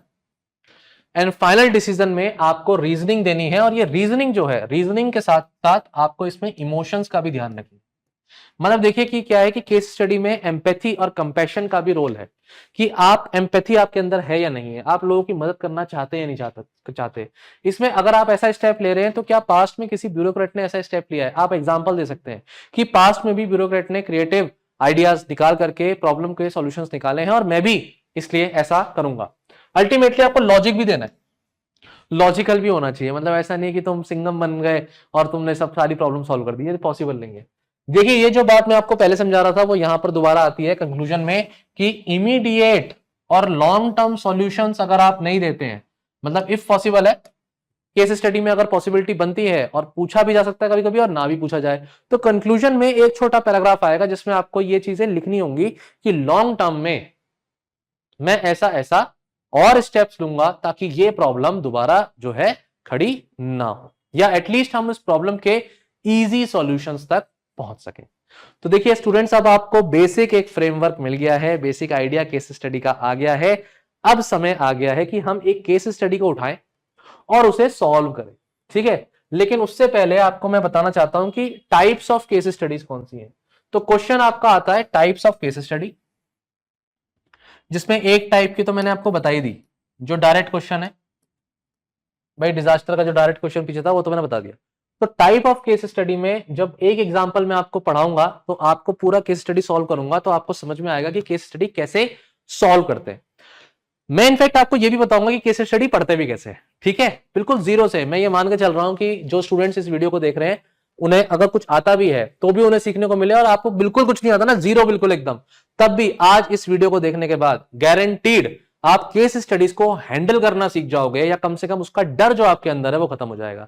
बाकी तो देखिए आपकी प्रैक्टिस है, जितना आप प्रैक्टिस करेंगे उतना ही आपका फायदा होगा। एक तरीके की केस स्टडीज आती हैं जो इंडिविजुअल मोरालिटी की बात करती है, भाई आपके अंदर ट्रुथफुलनेस है या नहीं है, आपके अंदर काइंडनेस है या नहीं है।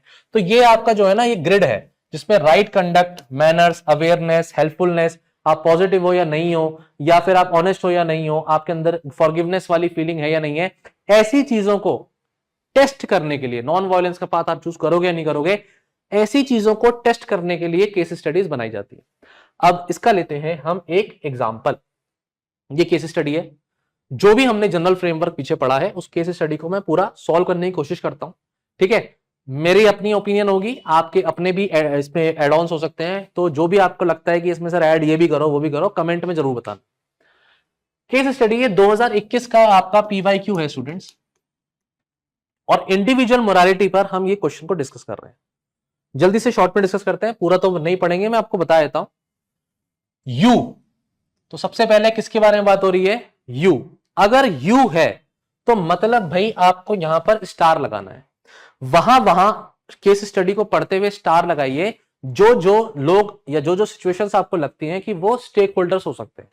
जैसे कि आपको यहां पर बनाया गया है वाइस प्रिंसिपल, तो एज अ वाइस प्रिंसिपल आप क्या हैं, एक स्टेक होल्डर। वाइस प्रिंसिपल आप डिग्री कॉलेज के हैं लेकिन मिडिल क्लास टाउन के हैं, तो जब भी आप केस स्टडी को पढ़ें तो आप पेंसिल पेन हाथ में रखें, जरूर की पॉइंट्स को अंडरलाइन करें। ये डिग्री कॉलेज के वाइस प्रिंसिपल हैं। अगर आप स्कूल लिखते गए केस स्टडी में कि इस स्कूल में ये वाइस प्रिंसिपल हूं मैं ये डिसीजन लूंगा, तो देखिए फिर वहां गड़बड़ हो जाती है। इसका मतलब केस स्टडी आपने ठीक से नहीं पढ़ी। आपका केस स्टडी में कहता है डिग्री कॉलेज, आप लिख रहे हो स्कूल अंदर, नहीं, गलती नहीं करना। आप कह रहे हो अर्बन एरिया, नहीं, ये क्लियरली बोल रहा है मिडिल क्लास टाउन, डन। इसके बाद रिसेंटली प्रिंसिपल हो गए रिटायर्ड, तो ये क्या हो चुके हैं, प्रिंसिपल यहां पर रिटायर्ड हो चुके हैं। Management is looking for the replacement, तो मैनेजमेंट यहां पर क्या है भाई, स्टेक होल्डर है, क्योंकि मैं बताऊंगा अभी केस स्टडी में कैसे ये स्टेक होल्डर है। इसके रिप्लेसमेंट की ये फीलिंग है कि ये रिप्लेसमेंट जो है अब होना है, और वाइस प्रिंसिपल को प्रिंसिपल जनरली बनाया जाता है, लेकिन ऐसे उड़ती उड़ती खबरें भी हैं कि मैनेजमेंट पूरी कोशिश कर रहा है कि वो आपको प्रिंसिपल बनाए। लेकिन इस बीच में क्या होता है, ये घटना हो जाती है जब एनुअल एग्जामिनेशन चल रहे होते हैं तो फ्लाइंग स्क्वाड आ जाता है, ठीक है। फ्लाइंग स्क्वाड इस सिचुएशन में स्टेक होल्डर है या नहीं है, अब ये तो पूरा पढ़ के ही समझ में आएगा। आप कोशिश कर सकते हैं कि इस पे स्टार लगा दें, बाद में डिसाइड करें कि ये स्टेक होल्डर थे या नहीं थे। अगर आपको लग रहा है लोग इन्वॉल्व हो रहे हैं, इंस्टीट्यूशन इन्वॉल्व हो रहा है, तो आप उससे स्टार लगाइए, मान के चलिए वो स्टेक होल्डर है या नहीं है। ये आप केस के एंड में जब स्टार सारे देखेंगे तो पता चल जाएगा कि वो स्टेक होल्डर निकले या नहीं निकले। फ्लाइंग स्क्वाड आता है और यूनिवर्सिटी में 2 स्टूडेंट्स को पकड़ लेता है, तो जरूर इन 2 स्टूडेंट्स के अराउंड कहानी होगी, इसे आपने स्टार लगाया। ये 2 स्टूडेंट जो है रेड हैंडेड चीटिंग करते हुए पकड़े जाते हैं, अनफेयर मींस, क्लियरली लिखा हुआ है अनफेयर मींस। अब इसने केस स्टडी में क्लियरली लिख दिया अनफेयर मींस यहां पर हुआ है, लेकिन आप गलती क्या कर दोगे, आप लिखोगे कि अभी जो है ना मैं इंक्वायरी बिठाऊंगा, मैं कोशिश करूंगा कि पहले इवैल्यूएशन हो कि उन्होंने चीटिंग करी थी या नहीं करी थी। भैया केस स्टडी क्लियरली कह रही है रेड हैंडेड उनको अनफेयर मींस से पकड़ा गया है। अगर आप ये गलती कर रहे हैं अंदर, तो मतलब आपने केस स्टडीज ठीक से नहीं पढ़ी। सीनियर लेक्चर, इसके साथ साथ एक सीनियर लेक्चर है, आपने स्टार लगा दिया। ये सीनियर लेक्चर जो है कॉलेज के, ये अब यहां पर ना ही लिखा है ना ही शी लिखा है, लिखा है ही नहीं लिखा, शी लिखा है नहीं लिखा। अब मान लो आप पूरी केस स्टडी में ही लिखते चले गए, शी लिखते चले गए, तो ये एक बायसनेस शो करता है। Do not do that. या तो आप उसको ही एंड शी करके स्लैश करके लिखिए, या आप उनको सीनियर लेक्चरर करके ही लिखिए, क्योंकि केस स्टडी नहीं बता रहा कि वो ही है या शी है। अब ये बस इतना कह रहा है केस स्टडी, ये वो चीजें हैं जो हम खुद से डिसाइड नहीं करेंगे, हम उसी पे फोकस करेंगे जो हमें दिया हुआ है। ये सीनियर लेक्चरर जो हैं, ये कॉलेज के पर्सनली ये हेल्प कर रहे थे उन स्टूडेंट्स की, तो मतलब ये गलत हो गए ना, ये जो भी है, ही है, शी है, ये गलत हो गए। अब इन्होंने गलती करी है कि ये चीटिंग करा रहे थे उन बच्चों को, तो उनकी हेल्प कौन कर रहे हैं? Senior lecturer. मैं एक एक लाइन को आराम से बता रहा हूं, क्योंकि मैं नहीं चाहता कि कम से कम पहली बार केस स्टडी अगर सॉल्व कर रहे हो, आज पहली बार कोई केस स्टडी देख रहे हो, तो आप इस ऐसी गलती करो। दूसरी चीज जो गलती करते हैं बच्चे, वो उनको लगता है कि केस स्टडी तो यार 10 मिनट में सॉल्व करनी होती है ना। और ये चीज जो है सीनियर्स भी बता देते हैं, कुछ जो है दूसरे दोस्त भी बता देते हैं। आप क्या करते हो? आप लाइफ में पहली बार केस स्टडी सॉल्व करने जा रहे हो, उस पर भी आप कह रहे हो नहीं 10 मिनट में करूंगा। कोई जरूरत नहीं है। जब आप केस स्टडी पहली बार प्रिपेयर कर रहे हो, मैं आपको एडवाइस कर रहा हूं, टेक योर टाइम। चाहे उस केस स्टडी को सॉल्व करने में आपको आधा घंटा क्यों ना लग जाए, 40 मिनट क्यों ना लग जाए, टेक योर टाइम। एक बार अगर आपको फ्लो पता लग गया, 5, 10, 15 केस स्टडीज करने के बाद आपको पता चल गया कैसे करनी है, स्पीड अपने आप आ जाएगी भाई, स्पीड अपने आप आ जाएगी। लेकिन अभी के लिए वर्ड बाय वर्ड बिल्कुल फोकस्ड होकर के केस स्टडीज को इनिशियली जो है टाइम बाउंड मैनर में मत करो, नॉर्मली करो। इनफैक्ट वर्ड लिमिट का ही मत सोचो, नॉर्मली लिखो, फिर आपको रियलाइज होगा कि क्या चीज आप काट सकते हो, किस चीज को आप कट शॉर्ट कर सकते थे और केस स्टडी में वर्ड लिमिट को छोटा कर सकते थे। इसके बाद क्या होता है, सीनियर लेक्चर जो है, this senior lecture also happens, इनके बारे में एक बात और बता दी है कि ये क्लोज है मैनेजमेंट के, ठीक है। और वन ऑफ द स्टूडेंट, एक जो बच्चा है वो बच्चा जो है लोकल पॉलिटिशियन का है, और दूसरा जो बच्चा है ये कह रहे हैं लोकल बिजनेसमैन का है। जो लोकल पॉलिटिशियन का है उसकी वजह से कॉलेज को एफिलिएशन मिलता है, और जो बिजनेसमैन का बच्चा है उसके लिए कहा जा रहा है कि उसके बिजनेसमैन की तरफ से फंड्स आ रहे हैं। इससे क्लियर हो जाता है कि हम केस स्टडी में आगे नहीं भी जाएं तो क्लियर हो जाता है कि कुछ ना कुछ एक्शन लेने की बात होगी इन बच्चों के खिलाफ, या तो होगी या नहीं होगी। अगर होती है तो भाई लोकल पॉलिटिशियन की वजह से स्कूल का एफिलिएशन पे भी क्वेश्चन उठ सकते हैं, बिजनेसमैन की वजह से फंड्स भी रुक सकते हैं। ऐसा ही कुछ केस स्टडी बन रही होगी। हम ने पूरी पढ़ी भी नहीं तब भी हम सोच सकते हैं, लेकिन मेरी एडवाइस है जब तक आप पूरी केस स्टडी ना पढ़ लो तब तक आप कंक्लूड नहीं करो। So read every word clearly. Immediately आप जाते हैं, आप इन्फॉर्म कर देते हैं मैनेजमेंट को, आपने इंफॉर्मेशन दे दी। अब अगर अंदर आप लिखते हो मैं इन्फॉर्म करूंगा मैनेजमेंट को, मैं उनसे गाइडेंस लूंगा, मैं मैनेजमेंट से पूछूंगा मुझे क्या करना चाहिए, फंस गए। लिखा है केस स्टडी में, आपने इन्फॉर्म कर दिया है, अनफॉर्चुनेट इंसिडेंट हो गया है, और मैनेजमेंट आपसे कहता है कि इस इशू को जल्दी से जल्दी रिजॉल्व करा जाए। इनफैक्ट फ्लाइंग स्क्वाड के साथ बैठ करके इस इशू को जल्दी से जल्दी सॉल्व कर लो, एनी कॉस्ट। ये तो इनफैक्ट वो नहीं है, स्टेक होल्डर छोड़ना ही है, लेकिन एनी कॉस्ट लिखा है, एनी कॉस्ट। ये बहुत इंपॉर्टेंट वर्ड है, और की वर्ड जो होते हैं ये केस स्टडी को टर्न कर देते हैं, उसकी ग्रेविटी को बता देते हैं। मतलब किसी भी हद तक जाओ, इसको रिजॉल्व करो। उन्होंने फर्दर ये बोला कि जिस तरीके से तुम इंसिडेंट्स को सॉल्व करोगे उसके हिसाब से तुम्हारी इस परफॉर्मेंस के बेस पर ही तुम्हारी कैपेबिलिटी डिसाइड होगी और तुम्हें प्रिंसिपल बना दिया जाएगा। किस तरीके से तुम फ्लाइंग स्क्वाड के साथ इस पॉइंट को जो है डिस्कस करते हो। इनफैक्ट वो ये भी कहते हैं कि जो इशू है, जो इमेज है कॉलेज की, वो टार्निश नहीं होनी चाहिए, और ये बिजनेसमैन और पॉलिटिशियन हमारे लिए बहुत ज्यादा इंपॉर्टेंट है, तो इस इशू को रफा दफा करो। एक बात इनफैक्ट ये निकल करके सामने आई। अब मीन टाइम में क्या होता है, देखो कितनी लंबी केस स्टडी है। यूपीएससी क्या काम कर रहा है आजकल की, बहुत लंबी लंबी केस स्टडीज दे रहा है, और ये आपका ना बहुत टाइम खा जाती है। इंपॉर्टेंट ये नहीं है कि केस स्टडी आप सॉल्व नहीं कर पाओगे, आप थोड़ी देर बैठोगे सॉल्व कर ही लोगे। इजी भी है, इतना कोई टफ तो नहीं लग रहा है, फ्रेमवर्क भी सर ने पढ़ा दिया है। प्रॉब्लम यह है कि एग्जामिनेशन हॉल में ये केस स्टडीज को टाइम बाउंड मैनर में सॉल्व करना ही मुश्किल टास्क है। पहले आप सॉल्व करिए केस स्टडीज को बिल्कुल आराम से रिलैक्स होकर के, लेकिन then you have to increase your speed limit.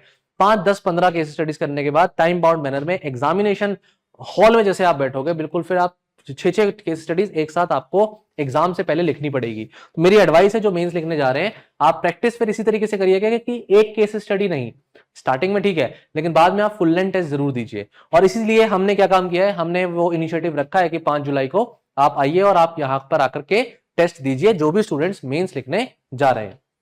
Meanwhile ये पर्टिकुलर जो है, you were intimated by your administrative officer, कि जो स्टूडेंट्स हैं, स्टूडेंट यूनियन है, देखो स्टूडेंट यूनियन यहां पे स्टेक होल्डर है, ये प्रोटेस्ट कर रही है आउटसाइड द कॉलेज गेट, और सीनियर लेक्चरर और स्टूडेंट्स को यहां पर जो है बोला जा रहा है कि उनको स्ट्रिक्ट एक्शन उस पर होना चाहिए। तो अब स्टूडेंट यूनियन इन्वॉल्व हो गई है, मतलब इमेज जो है कॉलेज की वो बहुत जो है क्वेश्चन मार्क में है, क्योंकि अगर आपने इस इशू को सॉल्व नहीं किया तो ये स्टूडेंट यूनियन और भी ज्यादा सर पे चढ़ जाएगी। तो यहां पर एक स्टेक होल्डर कॉलेज भी है आपका, इसकी इमेज की भी तो बात आ गई। अल्टीमेटली देखिए क्वेश्चंस क्या है, क्वेश्चन है कि discuss the ethical issues involve in the case. पहला क्वेश्चन, ऑप्शंस अवेलेबल पूछा है आपसे। दूसरा क्वेश्चन, तो एथिकल इश्यूज क्या क्या है, यहां पर ऑप्शंस अवेलेबल क्या क्या है। साथ ही साथ as you as a vice principal, साथ ही साथ पूछा है कि कौन सा ऑप्शन आप अडॉप्ट करेंगे और क्यों। तो वाई जो है ना, ये अडॉप्ट कौन सा करेंगे, तीसरा पार्ट क्वेश्चन का, और चौथा पार्ट है वाई। ये है पूरी केस स्टडी। इस केस स्टडी को अप्रोच कैसे करेंगे हम स्टूडेंट्स, सबसे पहले आप इंट्रोडक्शन दीजिए, मैं इसको बता ही देता हूं। इनफैक्ट इंट्रोडक्शन दीजिए। इंट्रोडक्शन में आप बताएंगे कि ये केस स्टडी किसके बारे में है, जो मैंने फ्रेमवर्क बताया मैं इसमें उसी को रेप्लिकेट कर रहा हूं। ये जो पर्टिकुलर केस स्टडी किसके बारे में है भाई, ये चीटिंग का केस है। तो आपको यहां पर ये लिखना है कि ये केस चीटिंग का है, जहां दो स्टूडेंट चीटिंग कर रहे थे with the help of senior lecturer, and as a vice principal it is my duty कि मैं इस पर्टिकुलर प्रॉब्लम को सॉल्व करूं एंड इशू को एनालाइज करूं। इसके साथ साथ यहां पर आप चीटिंग को डिफाइन भी कर सकते हैं, ये भी एक तरीका हो सकता है कि चीटिंग एक तरीके का डिसीव करने का एक्ट है, जिसमें एक एडवांटेज मिलती है किसी इंडिविजुअल को अनफेयर मींस से। तो डिसऑनर, एक्ट ऑफ डिसऑनर है जिससे एडवांटेज मिले अनफेयर मींस से, ये एक लाइन में आप चीटिंग को भी डिफाइन कर सकते हैं।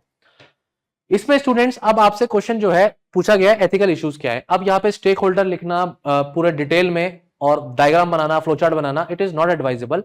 What you can do is, या तो आप डायरेक्टली शुरू करिए एथिकल इश्यूज इन्वॉल्व, ठीक है, या फिर आप डिफरेंट स्टेक होल्डर्स को यहां पर सोच करके, me as a vice principal मेरे क्या एथिकल इशू है, या एज अ कॉलेज उसका क्या एथिकल इशू है, दो बच्चों के लिए एथिकल इश्यूज क्या है, सीनियर लेक्चरर के रिस्पेक्ट में क्या इशू है, आप लिख सकते हैं। मेरी एडवाइस ये है कि स्टेक होल्डर्स को ध्यान में जरूर रखिए, उसको डायरेक्टली मत बताइए, लेकिन जो एथिकल इश्यूज हैं वो जरूर बताइए। एथिकल इशू सबसे पहला इसमें यह है कि भाई ये प्रोफेशनल इंटीग्रिटी का सवाल है।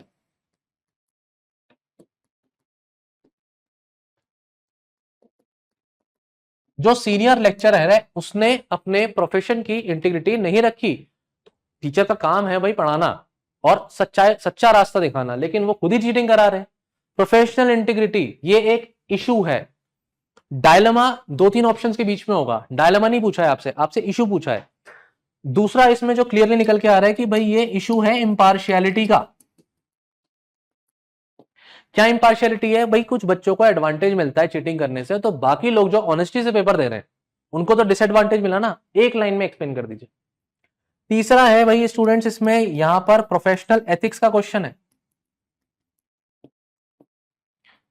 प्रोफेशनल एथिक्स, मेरे प्रोफेशनल एथिक्स ये कहते हैं कि मैं अपने प्रोफेशन के साथ सही रहूं, लेकिन मैनेजमेंट कह रहा है कि मैं जो हूं फ्लाइंग स्क्वाड के साथ एनी कॉस्ट पर इस मैटर को सॉल्व कर दूं। तो ये प्रोफेशनल एथिक्स के अगेंस्ट हो गया, मेरे पर्सनल वैल्यूज के अगेंस्ट हो गया, मेरे ऑनेस्टी के अगेंस्ट हो गया। आप उसमें अपने आप को रख करके लिखना है आपको वाइस प्रिंसिपल बन करके। तो इस तरीके से आप कुछ पांच जो भी आपको लगता है कि और भी एथिकल इश्यूज हैं, जस्टिस, फेयरनेस, फेयरनेस नहीं हो रही ना, तो इसमें कुछ 5 पॉइंट बनेंगे। मैं अब आपके ऊपर छोड़ता हूं आप उसमें क्या लिखते हैं, लेकिन आप समझ जरूर गए होंगे स्टूडेंट्स। इसके बाद जो है इंपॉर्टेंट है बॉडी। बॉडी में आप लिखेंगे ऑप्शन 1, और ऑप्शन 1 में आप लिखते हैं क्या कि भाई मैं तो इसको सॉल्व कर रहा हूं तो मैं बता देता हूं क्लियरली। ऑप्शन 1 में आप क्लियरली लिखेंगे कि भाई फ्लाइंग स्क्वाड के जो है आप क्या करेंगे, आप उनसे बात करके फेवर लेंगे कि इस मैटर को क्या काम करें, सॉर्ट करें, और उनसे बोलेंगे कि भाई इसको एट एनी कॉस्ट लिखा था, तो मे बी उनको सॉल्व करने के लिए उन्हें आपको आप उनको क्या करें, उनको फेवर दें किसी भी तरीके का। वो जो फेवर है वो मैनेजमेंट आपकी हेल्प करेगा उसमें, डन। तो ऐसा जब आप इसके फेवर में हो जाते हैं कि भाई फ्लाइंग स्क्वाड के साथ इस मैटर को सॉल्व करना है, तो उस ऑप्शन के मेरिट डीमेरिट क्या है। मेरिट ये है कि सबसे पहली बात तो आपका पर्सनल गेन है। फायदा क्या है, आप प्रिंसिपल बन जाओगे, मैनेजमेंट खुश हो जाएगा, local politician and local businessman जो है खुश हो जाएंगे, तो कॉलेज का एफिलिएशन, कॉलेज की फंडिंग नहीं रुकेगी, ठीक है। जो दो बच्चे हैं, दो स्टूडेंट हैं, आप ये भी लिख सकते हो, जो दो स्टूडेंट्स हैं उनका जो करियर है वो भी खराब नहीं होगा, क्योंकि फ्लाइंग स्क्वाड उनको अगर डिबार कर दे लंबे समय के लिए, एग्जामिनेशन ना लिखने दे, उनकी डिग्री रोक दे, तो फिर तो गड़बड़ हो जाएगी, उन दो बच्चों का भी फायदा ही है।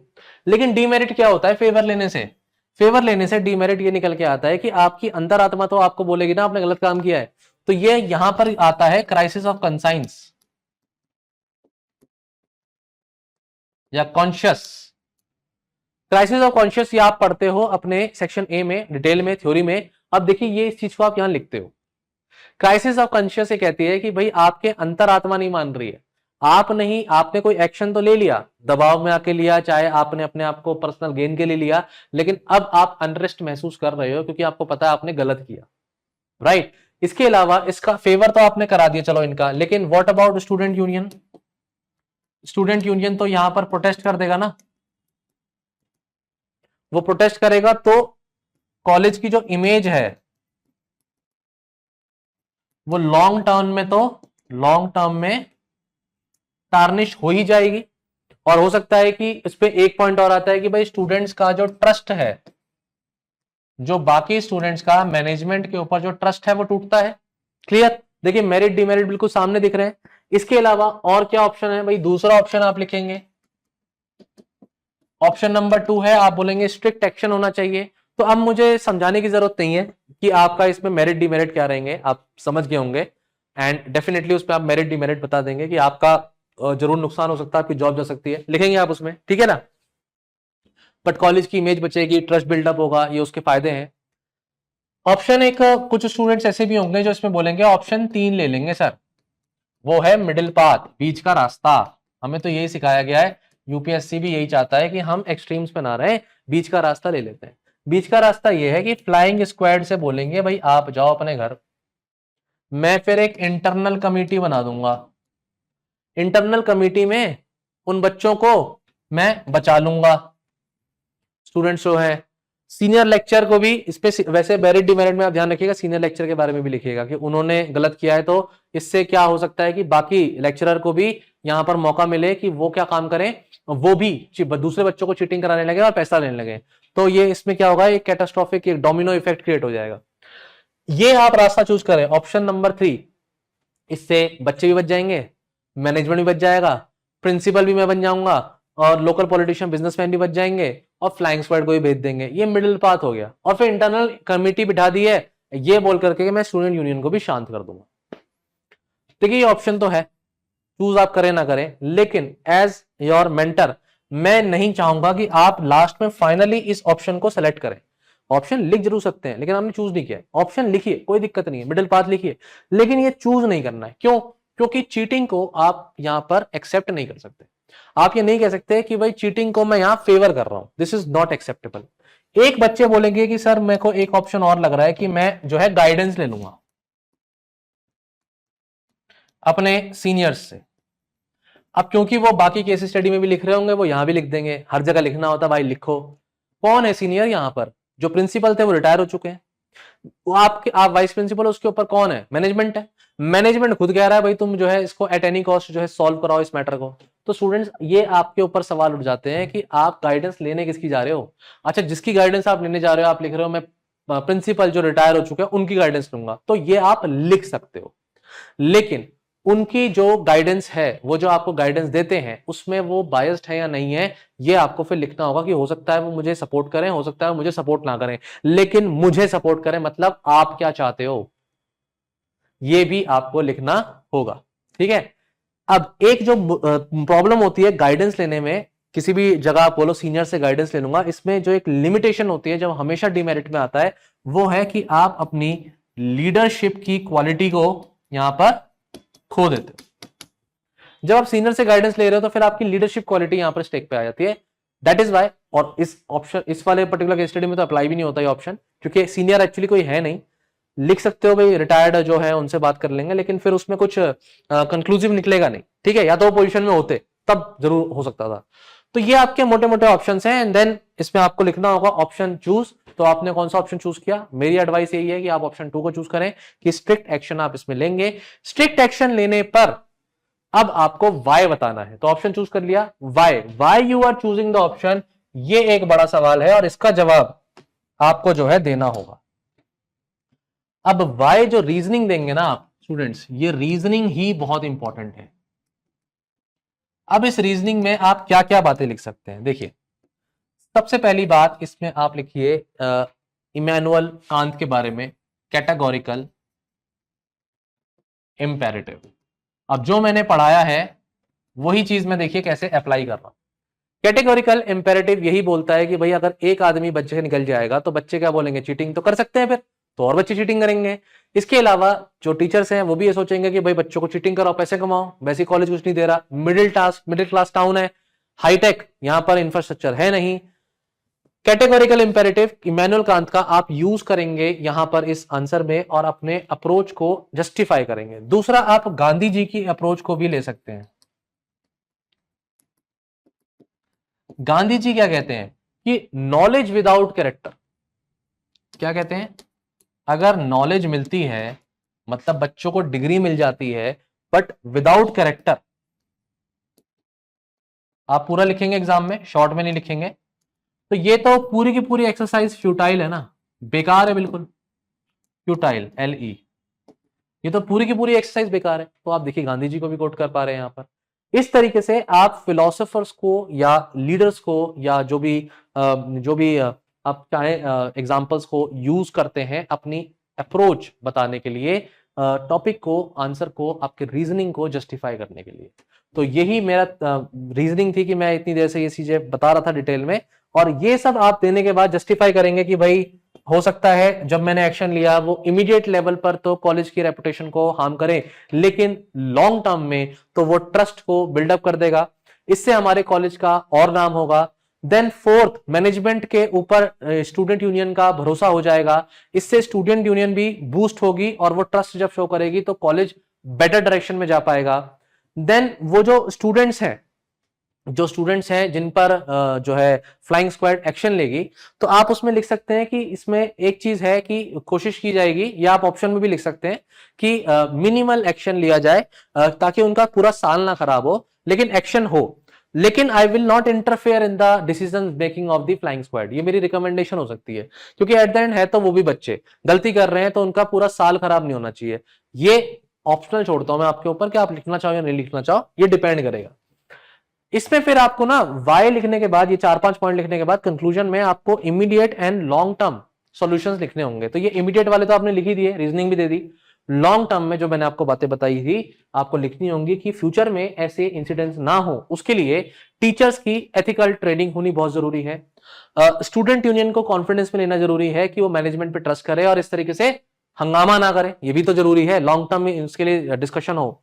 देन इंफ्रास्ट्रक्चर बिल्डअप किया जाए, जो भी रिसोर्सेज हो सकते हैं उसमें आप जो है कोशिश कर सकते हैं कि भाई जो है जो भी टेक्नोलॉजिकल एडवांसमेंट पॉसिबल हो पाए यूजिंग द लिमिटेड रिसोर्सेज, वहां पर अगर कुछ भी साईफाई जो टेक्निकल इंस्ट्रूमेंट्स हैं उन्हें टूल्स को यूज किया जा सकता है, तो वो surveillance, the right word here is surveillance, use हो, ताकि बच्चों को भी पता हो कि वो स्ट्रिक्ट सर्विलेंस में है, मॉनिटरिंग में है ड्यूरिंग द एग्जामिनेशन जो है हॉल के अंदर, ठीक है, और फेयर एग्जामिनेशन हो और टीचर्स का इसमें जो है कंट्रीब्यूशन भी हो और टीचर्स भी इसको सपोर्ट करें, एथिकल ट्रेनिंग होगी तो वो भी उस चीज को सपोर्ट करें। तो ये कुल मिलाकर के पूरी केस स्टडी है स्टूडेंट्स।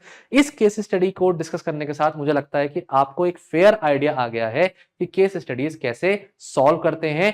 ये पहली टाइप ऑफ केस स्टडी है, मतलब एक तो मैंने पीछे बताई थी जिसमें डायरेक्टली आपको ऑर्डर चूज करना था, ये पहली टाइप ऑफ केस स्टडी है जो मैंने आपको बताई with respect to individual morality. अब और भी तरीके की केस स्टडीज कौन कौन सी आती हैं उसे मैं शॉर्ट में डिस्कस करूंगा, हम पूरी केस स्टडी को डिस्कस नहीं कर पाएंगे। दूसरी तरीके की केस स्टडीज आती हैं जिसमें पब्लिक सेक्टर एथिक्स इन्वॉल्व होते हैं, मतलब आपको किसी एक बड़ी अथॉरिटी पोजीशन दी जाएगी, रखा जाएगा, या किसी एक पर्सन को एक अथॉरिटेटिव पोजीशन में रखा गया गवर्नमेंट इंस्टीट्यूशन में, और फिर वहां पब्लिक सेक्टर के रिस्पेक्ट में आपसे कुछ भी केस बनाया जाएगा। यहां पर जनरली जो चीजें होती हैं जो पब्लिक सेक्टर केस स्टडीज में होती हैं, उसमें एक्चुअली में रिसोर्सेज की हमेशा कमी रहती है, तो लिमिटेड रिसोर्सेज में ही हमें काम करना होता है, और जनरली ऐसे केस स्टडीज में करप्शन होता है और उसी को टारगेट जनरली यूपीएससी करती है, क्योंकि कुछ ना कुछ एक मॉरल वैल्यू है जो स्टेक पर होगी। अब इसमें रिस्पॉन्सिबिलिटी और अकाउंटेबिलिटी जैसी बातें हैं जिस पर हमें फोकस करना होता है, वर्क के प्रति हमारा जो कमिटमेंट है उस पर जाना होता है, और फिर आपको लीगैलिटी और रैशनैलिटी पे जाना होता है, मतलब आप कर रहे हैं तो उसके पीछे लॉजिक क्या है, और फिर जो आप कर रहे हैं वो लीगल है भी या नहीं है, या वो करप्शन का कहीं पार्ट तो नहीं है। इसका एक एग्जाम्पल लेंगे। अच्छा, और बातें हैं कुछ, मैं जो और बता देता हूं आपको थोड़ी सी बातें। ऐसे केस स्टडीज में यूटिलिटेरियन लगाई जा सकती है, क्योंकि भाई सरकार, पब्लिक सेक्टर मेजॉरिटी का फायदा देख सकता है। और रिस्पॉन्सिवनेस पर भी क्वेश्चन उठ सकता है कि वो रिस्पॉन्स स्विफ्ट है, फास्ट है या डिलेड है। और जनरली ये ऑर्गेनाइजेशन और सोशल गोल्स को ध्यान में रख करके केस स्टडीज बनाई जाती हैं। नेशनल इंटरेस्ट क्या है, कंपैशन की फीलिंग है या नहीं, सभी को इक्वली ट्रीट किया गया है या नहीं किया गया, ट्रांसपेरेंसी इंस्टीट्यूशन के अंदर है या नहीं है, ऐसे थीम्स को टच किया जाता है जब पब्लिक सेक्टर की बात आती है। ऐसे में डायलेमा, कुछ स्टूडेंट्स बोलते हैं सर इसमें डायलेमा क्या लिखें, समझ ही नहीं आता। देखो डायलेमा क्या हुआ कि जस्टिस फॉलो करें या मर्सी को फॉलो करें, सच्चाई का साथ दें या इंस्टीट्यूशन की लॉयल्टी पर फोकस करें, पर्सनल बेनिफिट या अपना बेनिफिट देखूं या मैं अपनी इंटीग्रिटी को संभालूं कि मैं अपने मॉरल वैल्यूज पर स्टिक करूंगा, मैं अपना फायदा नहीं देखूंगा। यही तो वो डायलेमास हैं। पर्सनल इंटरेस्ट, मेरा फायदा, लोगों का फायदा। आपके किसी एक स्टेप से हो सकता है आपका फायदा हो रहा हो, करप्शन में इंडिविजुअल का फायदा हो रहा है, लेकिन करप्शन पनप रहा है पूरी सोसाइटी में, तो पूरी सोसाइटी का तो नुकसान हो रहा है ना। Clear. Then rule of law follow होना चाहिए या कंपैशन एंड एम्पैथी। हो सकता है कोई रूल जो है टूट रहा हो, लेकिन ऐसे लोग जो जरूरतमंद हैं उनकी मदद हो रही हो, तो मैं रूल तोड़ दूं या उन लोगों की मदद ही ना करूं, तो ये एक डायलेमा है। ऐसे कुछ और भी डायलेमास होते हैं। एथिकल डायलेमा अपने आप में एक टॉपिक है, डिटेल में पढ़ाया जाता है आपको। ये आते हैं पब्लिक सेक्टर के रिस्पेक्ट में। क्वेश्चन देखिए जल्दी से।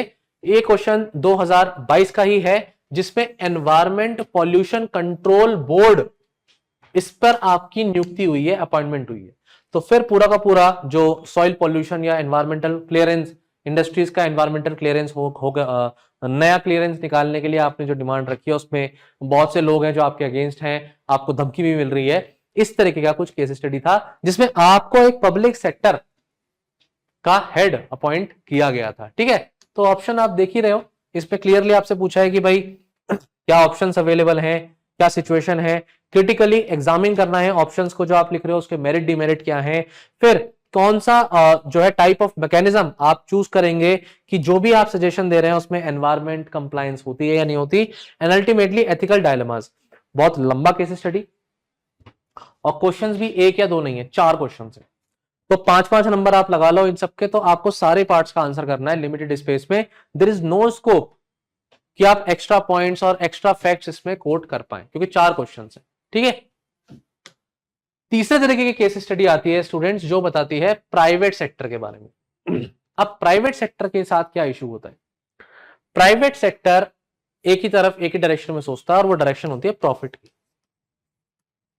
देखिए, जो पब्लिक सेक्टर होता है वो प्रॉफिट मेकिंग के लिए नहीं होता, प्राइवेट सेक्टर प्रॉफिट मेकिंग के लिए भी है, और ये जो रिसोर्सेज हैं, इन रिसोर्सेज को ये बेस्ट यूज में लेकर आता है।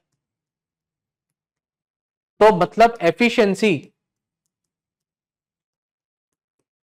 और भी ज्यादा चाहिए, प्लस ये टाइम को भी, प्राइवेट सेक्टर के लिए टाइम भी बहुत इंपॉर्टेंट है, क्योंकि टाइम जो है अगर लूज कर जाता है, डिले होता है डिसीजन में, तो प्रॉफिट रुक जाता है। ऐसे में आता है कि ट्रांसपेरेंसी हो या डिस्क्लोजर हो। इसका मैं आपको एग्जांपल देता हूं, एक ऐसे जो मैंने आपको बात बताई है, पहले मैं एग्जांपल देता हूं। ये एग्जांपल है, मान लीजिए कोई केस स्टडी आती है जिसमें कोई कंपनी के आप R&D में हो, और वो कंपनी जो है मान लीजिए शैम्पू बनाती है, ठीक है, और वो क्लेम करती है, एडवर्टीजमेंट देती है कि इस शैम्पू को यूज करने से आपके बाल ऐसे घने घने हो जाएंगे। क्लियर। लेकिन आप रिसर्च एंड डेवलपमेंट में हो और आप उसके क्वालिटी चेक में हो प्रोडक्ट के, और आपको पता चल जाता है कि भाई ये एडवर्टीजमेंट मिसलीडिंग है। तब ऐसे केस में आपके ऊपर एक सवाल उठता है कि क्या आप लोगों के बारे में सोचें या अपने करियर के बारे में सोचें, क्योंकि आपकी जॉब जा सकती है इस चीज को डिस्क्लोज करने में। आप लोगों के फायदे के बारे में सोचें या कंपनी का नुकसान होगा, क्योंकि अगर ये प्रोडक्ट गड़बड़ है और आप इस प्रोडक्ट को मार्केट से वापस लेकर आते हो, मान लो आप कंपनी के सीईओ हो और आपको आकर के बोला जाता है कि आपके प्रोडक्ट में गड़बड़ी है, आप क्वालिटी, आप एक केस मैंने बताया इसमें आप क्वालिटी टेस्टर हो, दूसरा मैंने केस बताया जिसमें आपको क्वालिटी टेस्ट करने वाला बंदा आपको आके बताता है कि सर गड़बड़ है प्रोडक्ट में, ढोल मत पीटो इसका। तो आपके ऊपर डिसीजन है कि मैं उस प्रोडक्ट को वापस लेकर के आऊं, मार्केट से निकालूं, तब आपका कंपनी का लॉस होगा। ऐसा सिनेरियो क्रिएट कर करके आपसे केस स्टडी पूछी जा सकती है। Be prepared.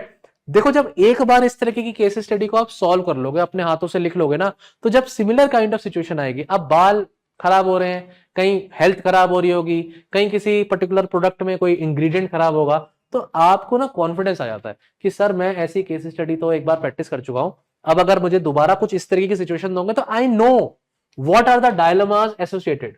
मेरा इकोनॉमी या इकोलॉजी की लड़ाई है, एथिक्स मेरे पर्सनल मॉरल वैल्यूज की या प्रॉफिटेबिलिटी की लड़ाई है, मेरे प्रोफेशनलिज्म की तरफ जाऊं या सोसाइटी के वेलबींग की तरफ जाऊं, मुझे इसका एथिकल डायलेमा है। तो ये डायलेमा जो होंगे आप 2-3 बार प्रैक्टिस कर लेंगे लिख करके, और भी हैं, तो आपके लिए इजी हो जाता है पर्टिकुलर केस स्टडी को सॉल्व करना। क्योंकि बहुत से स्टूडेंट्स ये भी बोलते हैं कि सर कंटेंट समझ में नहीं आता, लिखूं क्या, है ना। तो जब प्रैक्टिस करोगे भाई अपने आप ही लिखना आ जाएगा। तो ये बातें मैंने आपको बताई दी हैं कि इंपॉर्टेंट होता है किसी भी पर्टिकुलर प्राइवेट सेक्टर के लिए कि वो टाइम बाउंड मैनर में बहुत जल्दी रिस्पॉन्स दे, अपना कमिटमेंट शो करे, लोगों की तरफ उसका ट्रस्ट है, पब्लिक का उसका एक प्रोडक्ट। मैगी का एग्जांपल लेते हैं, मैगी का बीच में खबर उड़ गई थी कि जो उसके इंग्रेडिएंट्स हैं उसमें गड़बड़ है, तो लोग जो है मैगी खाना बंद कर दिया था मैगी लोगों ने। बाद में फिर जस्टिफिकेशन आई, नहीं नहीं मैगी ठीक है। तो ऐसी चीजें रियल लाइफ में भी हो ही रही हैं, ऐसा नहीं है। कोई ना कोई प्रोडक्ट का कभी ना कभी कोई एक ऐसा कभी कोई फेक न्यूज निकल जाती है, कभी कोई रियलिटी होती है, तो वहां पर जो है कंपनी का ट्रस्ट, कंपनी की ऑनेस्टी, उस पर ठप्पा लगता है।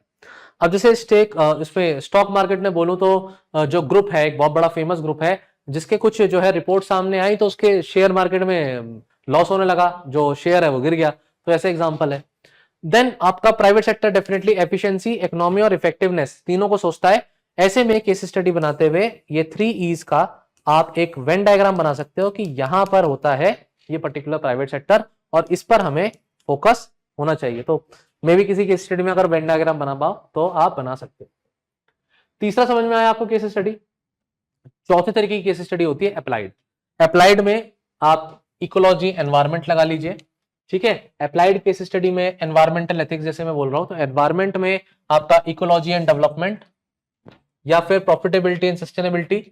ह्यूमंस को सेंटर में रखना है या आपके जो साइंस है उसको सेंटर में रखना है, इस तरीके के डायलेमास हो सकते हैं। दूसरा बायो एथिक्स आता है कि भाई पब्लिकेशन एथिक्स, आपको पता है आपका डाटा सच नहीं है लेकिन उससे आपको बहुत फायदा हो जाएगा, तब भी आप जो है बायो एथिक्स में पब्लिकेशंस में जाते हो तो गड़बड़ हो जाती है। बाकी ये जो जीन एडिटिंग है, ऐसे लेवल पर केस स्टडी आती है तो आपको पता है कि उसमें फायदा नुकसान, सही गलत, क्या फैसले लेने हैं। Media ethics, sports, military. अब भाई आप किसी टीम के प्लेयर हो और वो टीम जो है क्या होता है, वो टीम जो है आपकी जो है वो जीत सकती है, लेकिन आपको दिख गया कि वो फाउल था और आपको तो पता है वो फाउल था लेकिन एम्पायर ने नहीं देखा, तो आपकी जो टीम है वो नेशनल लेवल पर आप खेल रहे हो, फाइनल है, बिल्कुल इंडिया पाकिस्तान मैच है, कुछ भी कर देगा भाई केस स्टडी में, और फिर तुम्हें वो फैसला लेना होगा कि तुम क्या उस समय एम्पायर को जाके बताओगे नहीं नहीं ये तो फाउल था, मैं एडमिट करता हूं। या आपको पता है कि आपके बैट से बॉल टच हुई थी, आप कैच आउट हो गए हो, लेकिन एम्पायर ने उसको नहीं सुना तो आप बच गए हो, तो व्हाट विल यू डू। तो ऐसे में स्पोर्ट्स के रिस्पेक्ट में भी केस स्टडी बन सकते हैं। मीडिया एथिक्स में मैंने फेक न्यूज का एग्जांपल दे दिया है। मिलिट्री एथिक्स में सोल्जर के ऊपर आता है कि वो सोल्जर को कोई नहीं देख रहा, तो वो ऐसे में क्या काम करे, वो वहां सिचुएशन से भाग जाए या वो फिर भी लड़ता रहे, उसे पता है कि उसकी डेथ हो जाएगी अगर वो लड़ाई लड़ने गया। तो ऐसे भी केस स्टडीज हो सकते हैं जिसमें पूछा जाए कि आपके सामने टेररिस्ट, आप गोली मार दो उसको, लेकिन आपको ये सिखाया गया है कि इंसान को तब तक जो है पहले कोशिश ये होनी चाहिए कि उसको जिंदा पकड़ा जाए, है ना, गोली बाद में मारी जाए, अंटिल उसको डेथ वारंटी ना निकल गया हो। तो आप उसको गोली मार दोगे तभी के तभी, या फिर फेयर ट्रायल उसके होंगे। तो पुलिस, अगर पुलिस ऑफिशियल हो तो उस केस में आपके पास क्या ऑप्शन है कि आप उसको अरेस्ट करो, जबकि आप जानते हो कि अरेस्ट करने पे हो सकता है वो छूट जाए, या एनकाउंटर जो होते हैं आजकल न्यूज में बहुत है कि भाई डायरेक्ट एनकाउंटर कर दिया जाए या फिर उसको फेयर ट्रायल हो। तो डेफिनेटली वो भी एथिकल एंगल है स्टूडेंट्स। आई होप मेरे इतने बड़े डिस्कशन में आप बहुत सारी चीजें सीख पा रहे हैं and I am also very happy कि मैं इतनी सारी बातें आपको बता पा रहा हूं। सो एंश्योर दिस कि जो भी चीजें आप सीख रहे हो इसको आप अप्लाई करो और प्रैक्टिस करो। The more you practice the more good it will be for you. एक केस स्टडी आती है, एक तरीके की केस स्टडी सोसाइटी को लेकर के आती है। अब सोसाइटी में जो डायलेमा होते हैं वो ये होते हैं कि भाई इक्वालिटी की तरफ जाया जाए या इक्विटी की तरफ जाए। देखिए जब हम इक्वालिटी की बात करते हैं तो 3 लोग हैं, ये फोटोग्राफ आपने वैसे भी देखी होगी, 3 लोगों को सेम आपने क्या काम किया, अपॉर्चुनिटी दे दी किसी भी तरीके के इवेंट को देखने के लिए। लेकिन इक्विटी ये कहती है कि जो जिसको जितनी जरूरत है उसको उतना दिया जाए। तो ये चीज फॉलो होनी चाहिए या नहीं होनी चाहिए, ये एक डायलेमा है। या क्राइटेरिया क्या है बल्कि फेयरनेस क्या है, ऐसा डायलमा।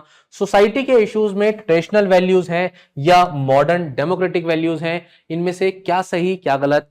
अब आज के जमाने में जो केस चल रहा है वो LGBT कम्युनिटी जो है उसका केस चलता है, सेम सेक्स मैरिज का केस चलता है, सोलोगेमी एक एग्जांपल है। देखो कितने सारे एग्जांपल हैं, सोलोगेमी, सेम सेक्स मैरिज, ये ऐसे मुद्दे हैं स्टूडेंट्स कि अब ये यहां पर फॉल कर जाते हैं। अब इस चीज को लिंक कर करके अगर तो ये अब आपको फिर हो सकता है सिचुएशन में डाले और परेशान भी करे। एंड इन दैट केस आपको डिसीजन लेना हो, आप जज हो या आप किसी बच्चे के पेरेंट्स हो, या आपको वो बोल देगा कि आप एक ब्यूरोक्रेट ऑफिसर हो और ऐसे इस तरीके की चीजें होती हैं, तो आपका क्या स्टैंड है, तो प्रेजुडिस नहीं दिखना चाहिए आपका। क्लियर। देन इंडिविजुअल राइट या सोशल इंटरेस्ट, मतलब भाई एक इंडिविजुअल का फायदा हो रहा है या पूरी सोसाइटी का फायदा हो रहा है। एक केमिकल इंडस्ट्रियल फैक्ट्री है और वो फैक्ट्री जो है पोल्यूशन क्रिएट कर रही है, कंपनी का तो फायदा हो ही रहा है, पैसे कमा रही है, लेकिन उससे वाटर बॉडी पॉल्यूट हो रही है। तो ऐसे में जैसे मैंने अभी एनवायरमेंटल क्लियरेंस का एग्जांपल दिया ही था, पूछे जाते ही हैं ऐसे क्वेश्चन। तो ये आपको ध्यान रखना है सोसाइटी के रिस्पेक्ट में। सोसाइटी के इश्यूज में एक क्वेश्चन आपको आया था, ये 2020 का क्वेश्चन है। ये क्वेश्चन आपका था माइग्रेंट वर्कर्स के ऊपर। अब ये आपको पता है कोविड-19 पे इशू था ही, तो माइग्रेंट्स एक बहुत बड़ा मुद्दा था। अब यूपीएससी ने उसी चीज को उठा करके पूछ लिया। तो अगर एथिक्स के पेपर में करंट अफेयर्स की इंपॉर्टेंस नहीं है तो ये गलत सोचते हो आप। एथिक्स के पेपर में भी इक्वली करंट अफेयर्स की इंपॉर्टेंस होती है स्टूडेंट्स। रशिया यूक्रेन वॉर पर यूपीएससी ने सेक्शन ए में क्वेश्चन बनाया था, यहां पर माइग्रेंट वर्कर्स पर एक क्वेश्चन आया था, एजुकेशन पॉलिसी पे क्वेश्चन आ चुका है पास्ट में 2020 में। तो आप देखिए जो मुद्दे चल रहे हैं उन मुद्दों पर चीजें आ रही हैं, तो आप इसको इग्नोर नहीं करिए। जो भी करंट अफेयर में जीएस पेपर 1, 2, 3 में पढ़ते हैं उससे रिलेटेड केस स्टडीज आपसे पूछी जाती है। केस स्टडी क्या है इसको तो हम डिटेल में अब यहां डिस्कस नहीं करेंगे, लेकिन मैंने एक एग्जांपल आपको दिया है और इस एग्जांपल में आपसे क्लियरली पूछा गया कि अपनी ओपिनियन बताओ, एथिकल इश्यूज बताओ जो करंट माइग्रेंट क्राइसिस है, या फिर एथिकल केयर गिविंग स्टेट क्या होती है। अभी एक नया वर्ड, एथिकल केयर गिविंग। देखो एथिकल केयर गिविंग वो है जहां केयर तो हो लेकिन पर्सनल रिवॉर्ड अचीव करने की इंटेंशन ना हो, तब हम बोलेंगे ये एथिकल केयर गिविंग है। क्लियर, शॉर्ट में बता दिया। बाकी असिस्टेंस, सिविल सोसाइटी कैसे असिस्टेंस दे सकती है और जो सफरिंग है माइग्रेंट्स की सिमिलर सिचुएशन में आगे भी उस पर कैसे हेल्प कर सकती है। देखो अब साइक्लोन का इशू है, अभी रिसेंटली साइक्लोन आता है, बहुत नुकसान भी होता है, फिर उसमें गवर्नमेंट की भी प्रिपरेशन बहुत अच्छी थी। उड़ीसा में पास्ट में साइक्लोन आए हैं, गुजरात में साइक्लोन आए हैं। तो ये जो साइक्लोन्स होते हैं ये भी तो एक डिजास्टर है, लैंडस्लाइड डिजास्टर है, क्लाउड बर्स्ट डिजास्टर है। ऐसे डिजास्टर्स को भी टच करके यूपीएससी क्वेश्चन बनाता है और फिर करंट अफेयर्स के रिस्पेक्ट में बनाता है। तो ये आपको ध्यान में रखना है कि ये जो केस स्टडीज है ये सोसाइटी बेस्ड है और माइग्रेंट इशू एक सोसाइटी का इशू है। इसमें वुमेन पर, सीनियर सिटीजन पर, बच्चों पर, चाइल्ड लेबर पर ऐसे क्वेश्चंस बन सकते हैं। क्लियर। देन एक केस स्टडी आती है जो इंटरनेशनल एथिक्स पर टच करती है, इंटरनेशनल लेवल पर क्या सही क्या गलत। अब उसमें आपको जो डायलेमा होते हैं वो होता है नेशनलिज्म का और इंटरनेशनलिज्म का। मतलब जैसे एक एग्जांपल लेते हैं, वैक्सीन नेशनलिज्म। तो वैक्सीन क्या है, वैक्सीन तो बनी, बिल्कुल सही बात है, लेकिन वैक्सीन सबसे पहले किसको दी जाएगी। तो बहुत से नेशंस थे जो इस होड़ में लग गए कि भाई सबसे पहले हमारी कंट्री में वैक्सीन आए। अब सरकार की तो जिम्मेदारी है कि भाई अपने लोगों को, अपने सिटीजन्स को वो वैक्सीन दिलवाए। लेकिन क्वेश्चन क्या उठ गया, क्वेश्चन ये उठ गया कि उन कंट्रीज का क्या जो बहुत ज्यादा पैसा खर्चा नहीं कर सकती वैक्सीन को डेवलप करने में, क्या उनको हम पीछे छोड़ दें। क्या डेवलप्ड नेशन ही सबसे पहले वैक्सीन लेंगे क्योंकि उन्होंने बनाई है, पैसा दिया है। अब वैक्सीन नेशनलिज्म एक ऐसा केस है कि अपने नेशन में वैक्सीन अपने सिटीजन्स को देना या फिर उसको डिस्ट्रीब्यूट कर देना। तो वैक्सीन नेशनलिज्म का केस एक ऐसा एग्जांपल है जो रिसेंट में था और बहुत न्यूज में था। Then duty towards the citizens and duty towards humanity. अब रिफ्यूजीज की क्राइसिस है, तो इंडिया तो उसका जो कन्वेंशन है उसका पार्टिसिपेंट भी नहीं है, सिग्नेटरी भी नहीं है। तो ऐसे में रिफ्यूजीज को हम अपने घर में बुलाएं, उनका ध्यान रखें या ना रखें, और हम सिग्नेटरी है नहीं, तो हमारे जो सिटीजन्स हैं और रिसोर्सेज लिमिटेड है, तो हमारे सिटीजन्स को चीजें ना मिले। लेकिन ह्यूमैनिटी भी नाम की कुछ चीज है, जस्ट बिकॉज कि वो दूसरी कंट्री का पर्सन है, दूसरी स्टेट का पर्सन है, उसको वो हम चीजें मुहैया ना कराएं और मरने के लिए छोड़ दें, ये तो सही नहीं है। पैट्रियोटिज्म वर्सेस नेशनलिज्म, ये डिफरेंस हम सेक्शन ए में डिस्कस करते हैं डिटेल में आप 15 मिनट का तो ये डिस्कशन होता है, तो I am not going to do this here. बाकी नेशनल इंटरेस्ट क्या है और universal values like peace, peace तो होना ही चाहिए, लेकिन मेरा नेशनल इंटरेस्ट है और इसी वजह से क्योंकि दूसरी कंट्री मेरी बात नहीं मान रही तो मुझे लड़ाई करनी पड़ रही है। मुझे अपनी कंट्री की बाउंड्री सोवेनिटी को प्रोटेक्ट करना पड़ रहा है, इसलिए वॉर करनी पड़ रही है, या मुझे ट्रेस पास कर करके उस जमीन को हथियाना है, मुझे इसलिए वॉर करनी पड़ रही है। तो देखो डिफरेंस है, डिफरेंस है, एथिकल इसमें डिफरेंस है। आप अपने आप को प्रोटेक्शन के लिए लड़ रहे हो या आप दूसरी कंट्री के इकोनॉमी, उसके जो बेनिफिट्स हैं, उसकी जो जमीन है उसको हथियाने के लिए लड़ रहे हो। एग्जाम्पल सर दे दो, साउथ चाइना सी में चाइना का जो रवैया है बाकी कंट्रीज के साथ जिस तरीके से वो ट्रेसपास करता है उनके एक्सक्लूसिव इकोनॉमिक जोन में, बहुत अच्छा एग्जाम्पल है। अब जैसे एंटार्क्टिका की ट्रीटी है हमारी कि भाई कोई भी कंट्री जो है जाकर के एंटार्क्टिका में अपने लिए अकेले इंडिविजुअल के लिए काम नहीं करेगा और अपने आप को अपना क्लेम नहीं दिखाएगा, लेकिन कोई कंट्री करने लगे। चांद के लिए है कि मून सभी का है ना, लेकिन कोई कंट्री वहां जाके जो है सबसे पहले हम पहुंच गए तो हमारा हक है, हम जमीन काट रहे हैं। ये सब एथिकल चीजें हैं। अब आप देखिए कि एग्जांपल आ सकता है कि भाई सैटेलाइट्स लॉन्च हो रही हैं, अब सैटेलाइट आज लॉन्च हो रही है तो उसका डेब्रिस का इशू है, तो डेब्रिस के इशू पर आपकी कंट्री में आपको डिसीजन मेकर बना करके या adviser to the prime minister बना करके क्वेश्चन फ्रेम करे और फिर आपको एथिकल वहां पर होना हो, जबकि सैटेलाइट मल्टीपल सैटेलाइट जाएंगी, कुछ समय बाद वो ना भी वर्क करे तो भी मिनिमल टाइम में वो आपकी कंट्री का कितना फायदा कर सकती है। ऐसी सोच है आपकी, या आप चाहते हो कि भाई जो सही है वो होना चाहिए कि भाई हमें डेब्रिस नहीं फैलाना है। तो देखो ये सब मुद्दे हैं और इन मुद्दों पर आपको किसी सिचुएशन में रख करके क्वेश्चन पूछा जा सकता है। जिस डिटेल में मैंने आपके साथ ये डिस्कशन किया है स्टूडेंट्स, मुझे नहीं लगता इस डिस्कशन को सुनने के बाद, अगर आपने पूरी वीडियो अच्छे से सुनी है, बिल्कुल ध्यान से सुनी है, तो मुझे नहीं लगता कि आप केस स्टडीज से फिर डरोगे। एक टॉपिक और है, लास्ट है इनफैक्ट, केस स्टडीज कुछ आती हैं जो बिहेवियर चेंज और एटीट्यूड चेंज को लेकर के आती हैं। इसमें एटीट्यूड एक टॉपिक है जिसमें कैब मॉडल आप पढ़ते ही हैं सेक्शन ए में। एटीट्यूड लोगों का बदलना ये भी अपने आप में एक टास्क है, और स्वच्छ भारत मिशन में तो ये क्लियरली था कि भाई लोगों का बिहेवियर ही चेंज करना है, इस तरह की केस स्टडी। अब लोग इनोसेंट होते हैं, कुछ लोग नहीं पता होता, अवेयरनेस नहीं होती, तो ऐसे में उन्हें पनिशमेंट किया जाए या नहीं किया जाए। केस आया था हमारे सामने, न्यूज में बहुत फेमस हुआ था कि भाई ऐसे में लॉकडाउन था, लेकिन लॉकडाउन में भी अगर जो बाप बेटे थे वो निकल गए और फिर पुलिस की उसमें जो है बहुत उसमें वो क्वेश्चन उठा था और फिर उनकी डेथ भी हो जाती है, कस्टोडियल डेथ का केस बना था। तो ऐसे एग्जांपल्स हैं हमारे सामने। तो स्टूडेंट्स, अब जस्ट बिकॉज कि लॉकडाउन ब्रीच हो गया तो इतनी बड़ी सजा मिले, ये सही नहीं है। या लॉकडाउन है और उसमें अगर कोई ब्यूरोक्रेट है और वो जाकर के जो है एक मैरिज हो रही है और उसमें जो है डिसरप्शन करते हैं और इस हद तक करते हैं कि वो एक इतना बड़ा खबर बन जाती है, तो क्या ये सही है? अब एटीट्यूड चेंज और बिहेवियर चेंज के जैसे जो केस स्टडीज आती हैं तो वहां पर आपको थोड़ा सेंसिटिव होना पड़ता है, क्योंकि लोगों को भी आपको एक थोड़ा सा बेनिफिट ऑफ डाउट देना पड़ता है कि भाई ये इनको अवेयरनेस क्रिएट करने की जरूरत है। वहां जब बिहेवियरल चेंज वाले ऐसे जब आते हैं पर्टिकुलर केस स्टडीज, तो वहां पर एटीट्यूड चेंज करने के लिए एजुकेशन, अवेयरनेस, ट्रेनिंग, देखिए इन सब चीजों का एग्जाम में जस्टिफिकेशन के लिए सहारा लीजिएगा। और बाकी तो केस स्टडीज जिस तरीके की आती हैं वो मैं आपको वो आप जब देखेंगे, जब और प्रैक्टिस करेंगे तो आप समझ जाएंगे। ठीक है, नेक्स्ट स्टूडेंट्स यहां पर ये है कि और भी कुछ तरीके के एथिकल डायलेमा है जो मैंने यहाँ पे लिख दिए हैं। जैसे कि यहाँ पर देखिए कि ऑनेस्टी वर्सेस पॉलिटिकल प्रेशर। कुछ केस स्टडीज ऐसी होती हैं जिसमें पॉलिटिकल, यहाँ पर लोकल पॉलिटिशियन या हायर अथॉरिटी एक पुश लगाती है और एज अ ब्यूरोक्रेट में भी आपको परेशान करती है कि आप सच का साथ ना दो, तब वहां पर आपको अपना जो है इंटीग्रिटी, अपनी प्रोबिटी, अपना पेशेंस जो है होल्ड करना होता है। या आपके पास इस तरीके की केस स्टडी होती है जिसमें आप अपने इंस्टीट्यूशन की तरफ लॉयल रहें, ट्रांसपेरेंसी बना के रख करके आगे चलना चाहते हैं, या सीक्रेसी रखना चाहते हैं। सीक्रेसी रखने में आपका इंस्टीट्यूशन बचता है, लेकिन ट्रांसपेरेंसी में लोगों का फायदा होता है। तो जो फेसबुक का जो आपका कैम्ब्रिज एनालिटिक्स का केस था जिसमें स्नोडन के बारे में हम एज एन एग्जांपल कोट करते हैं, तो उस तरीके का एक कोई इश्यू बना करके, एक स्टोरी बना करके अगर आपसे पूछा जाए तो आप क्या करेंगे? तो विसल ब्लोइंग जो आप पढ़ते हैं सेक्शन ए में, उसके रिस्पेक्ट में केस स्टडी हो सकता है हो। बाकी मींस वर्सेस एंड की लड़ाई हमेशा चलती रहेगी।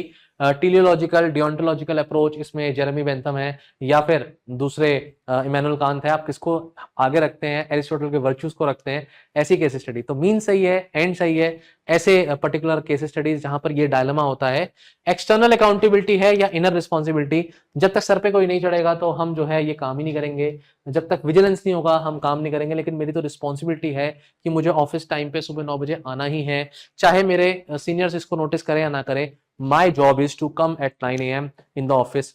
बेसिक सी चीज, ठीक है।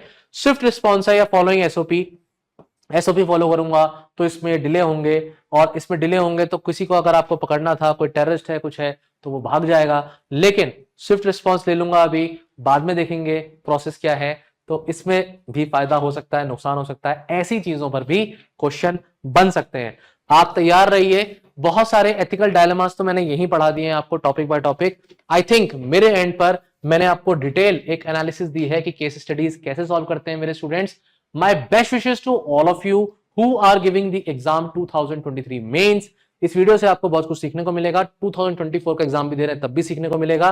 5 जुलाई को 5 जुलाई 2023 सुबह 10 बजे आप आइए और एथिक्स का पेपर पूरा अटेम्प्ट करिए। अगले दिन 6 जुलाई को मैं आपके साथ बैठ करके पूरे पेपर की एनालिसिस करूंगा अगर आप मेंस लिखने जा रहे हैं तो, और 3 जुलाई को एसए का आपका टेस्ट रहेगा। Clear? So my best wishes to all of you students. Thank you so much.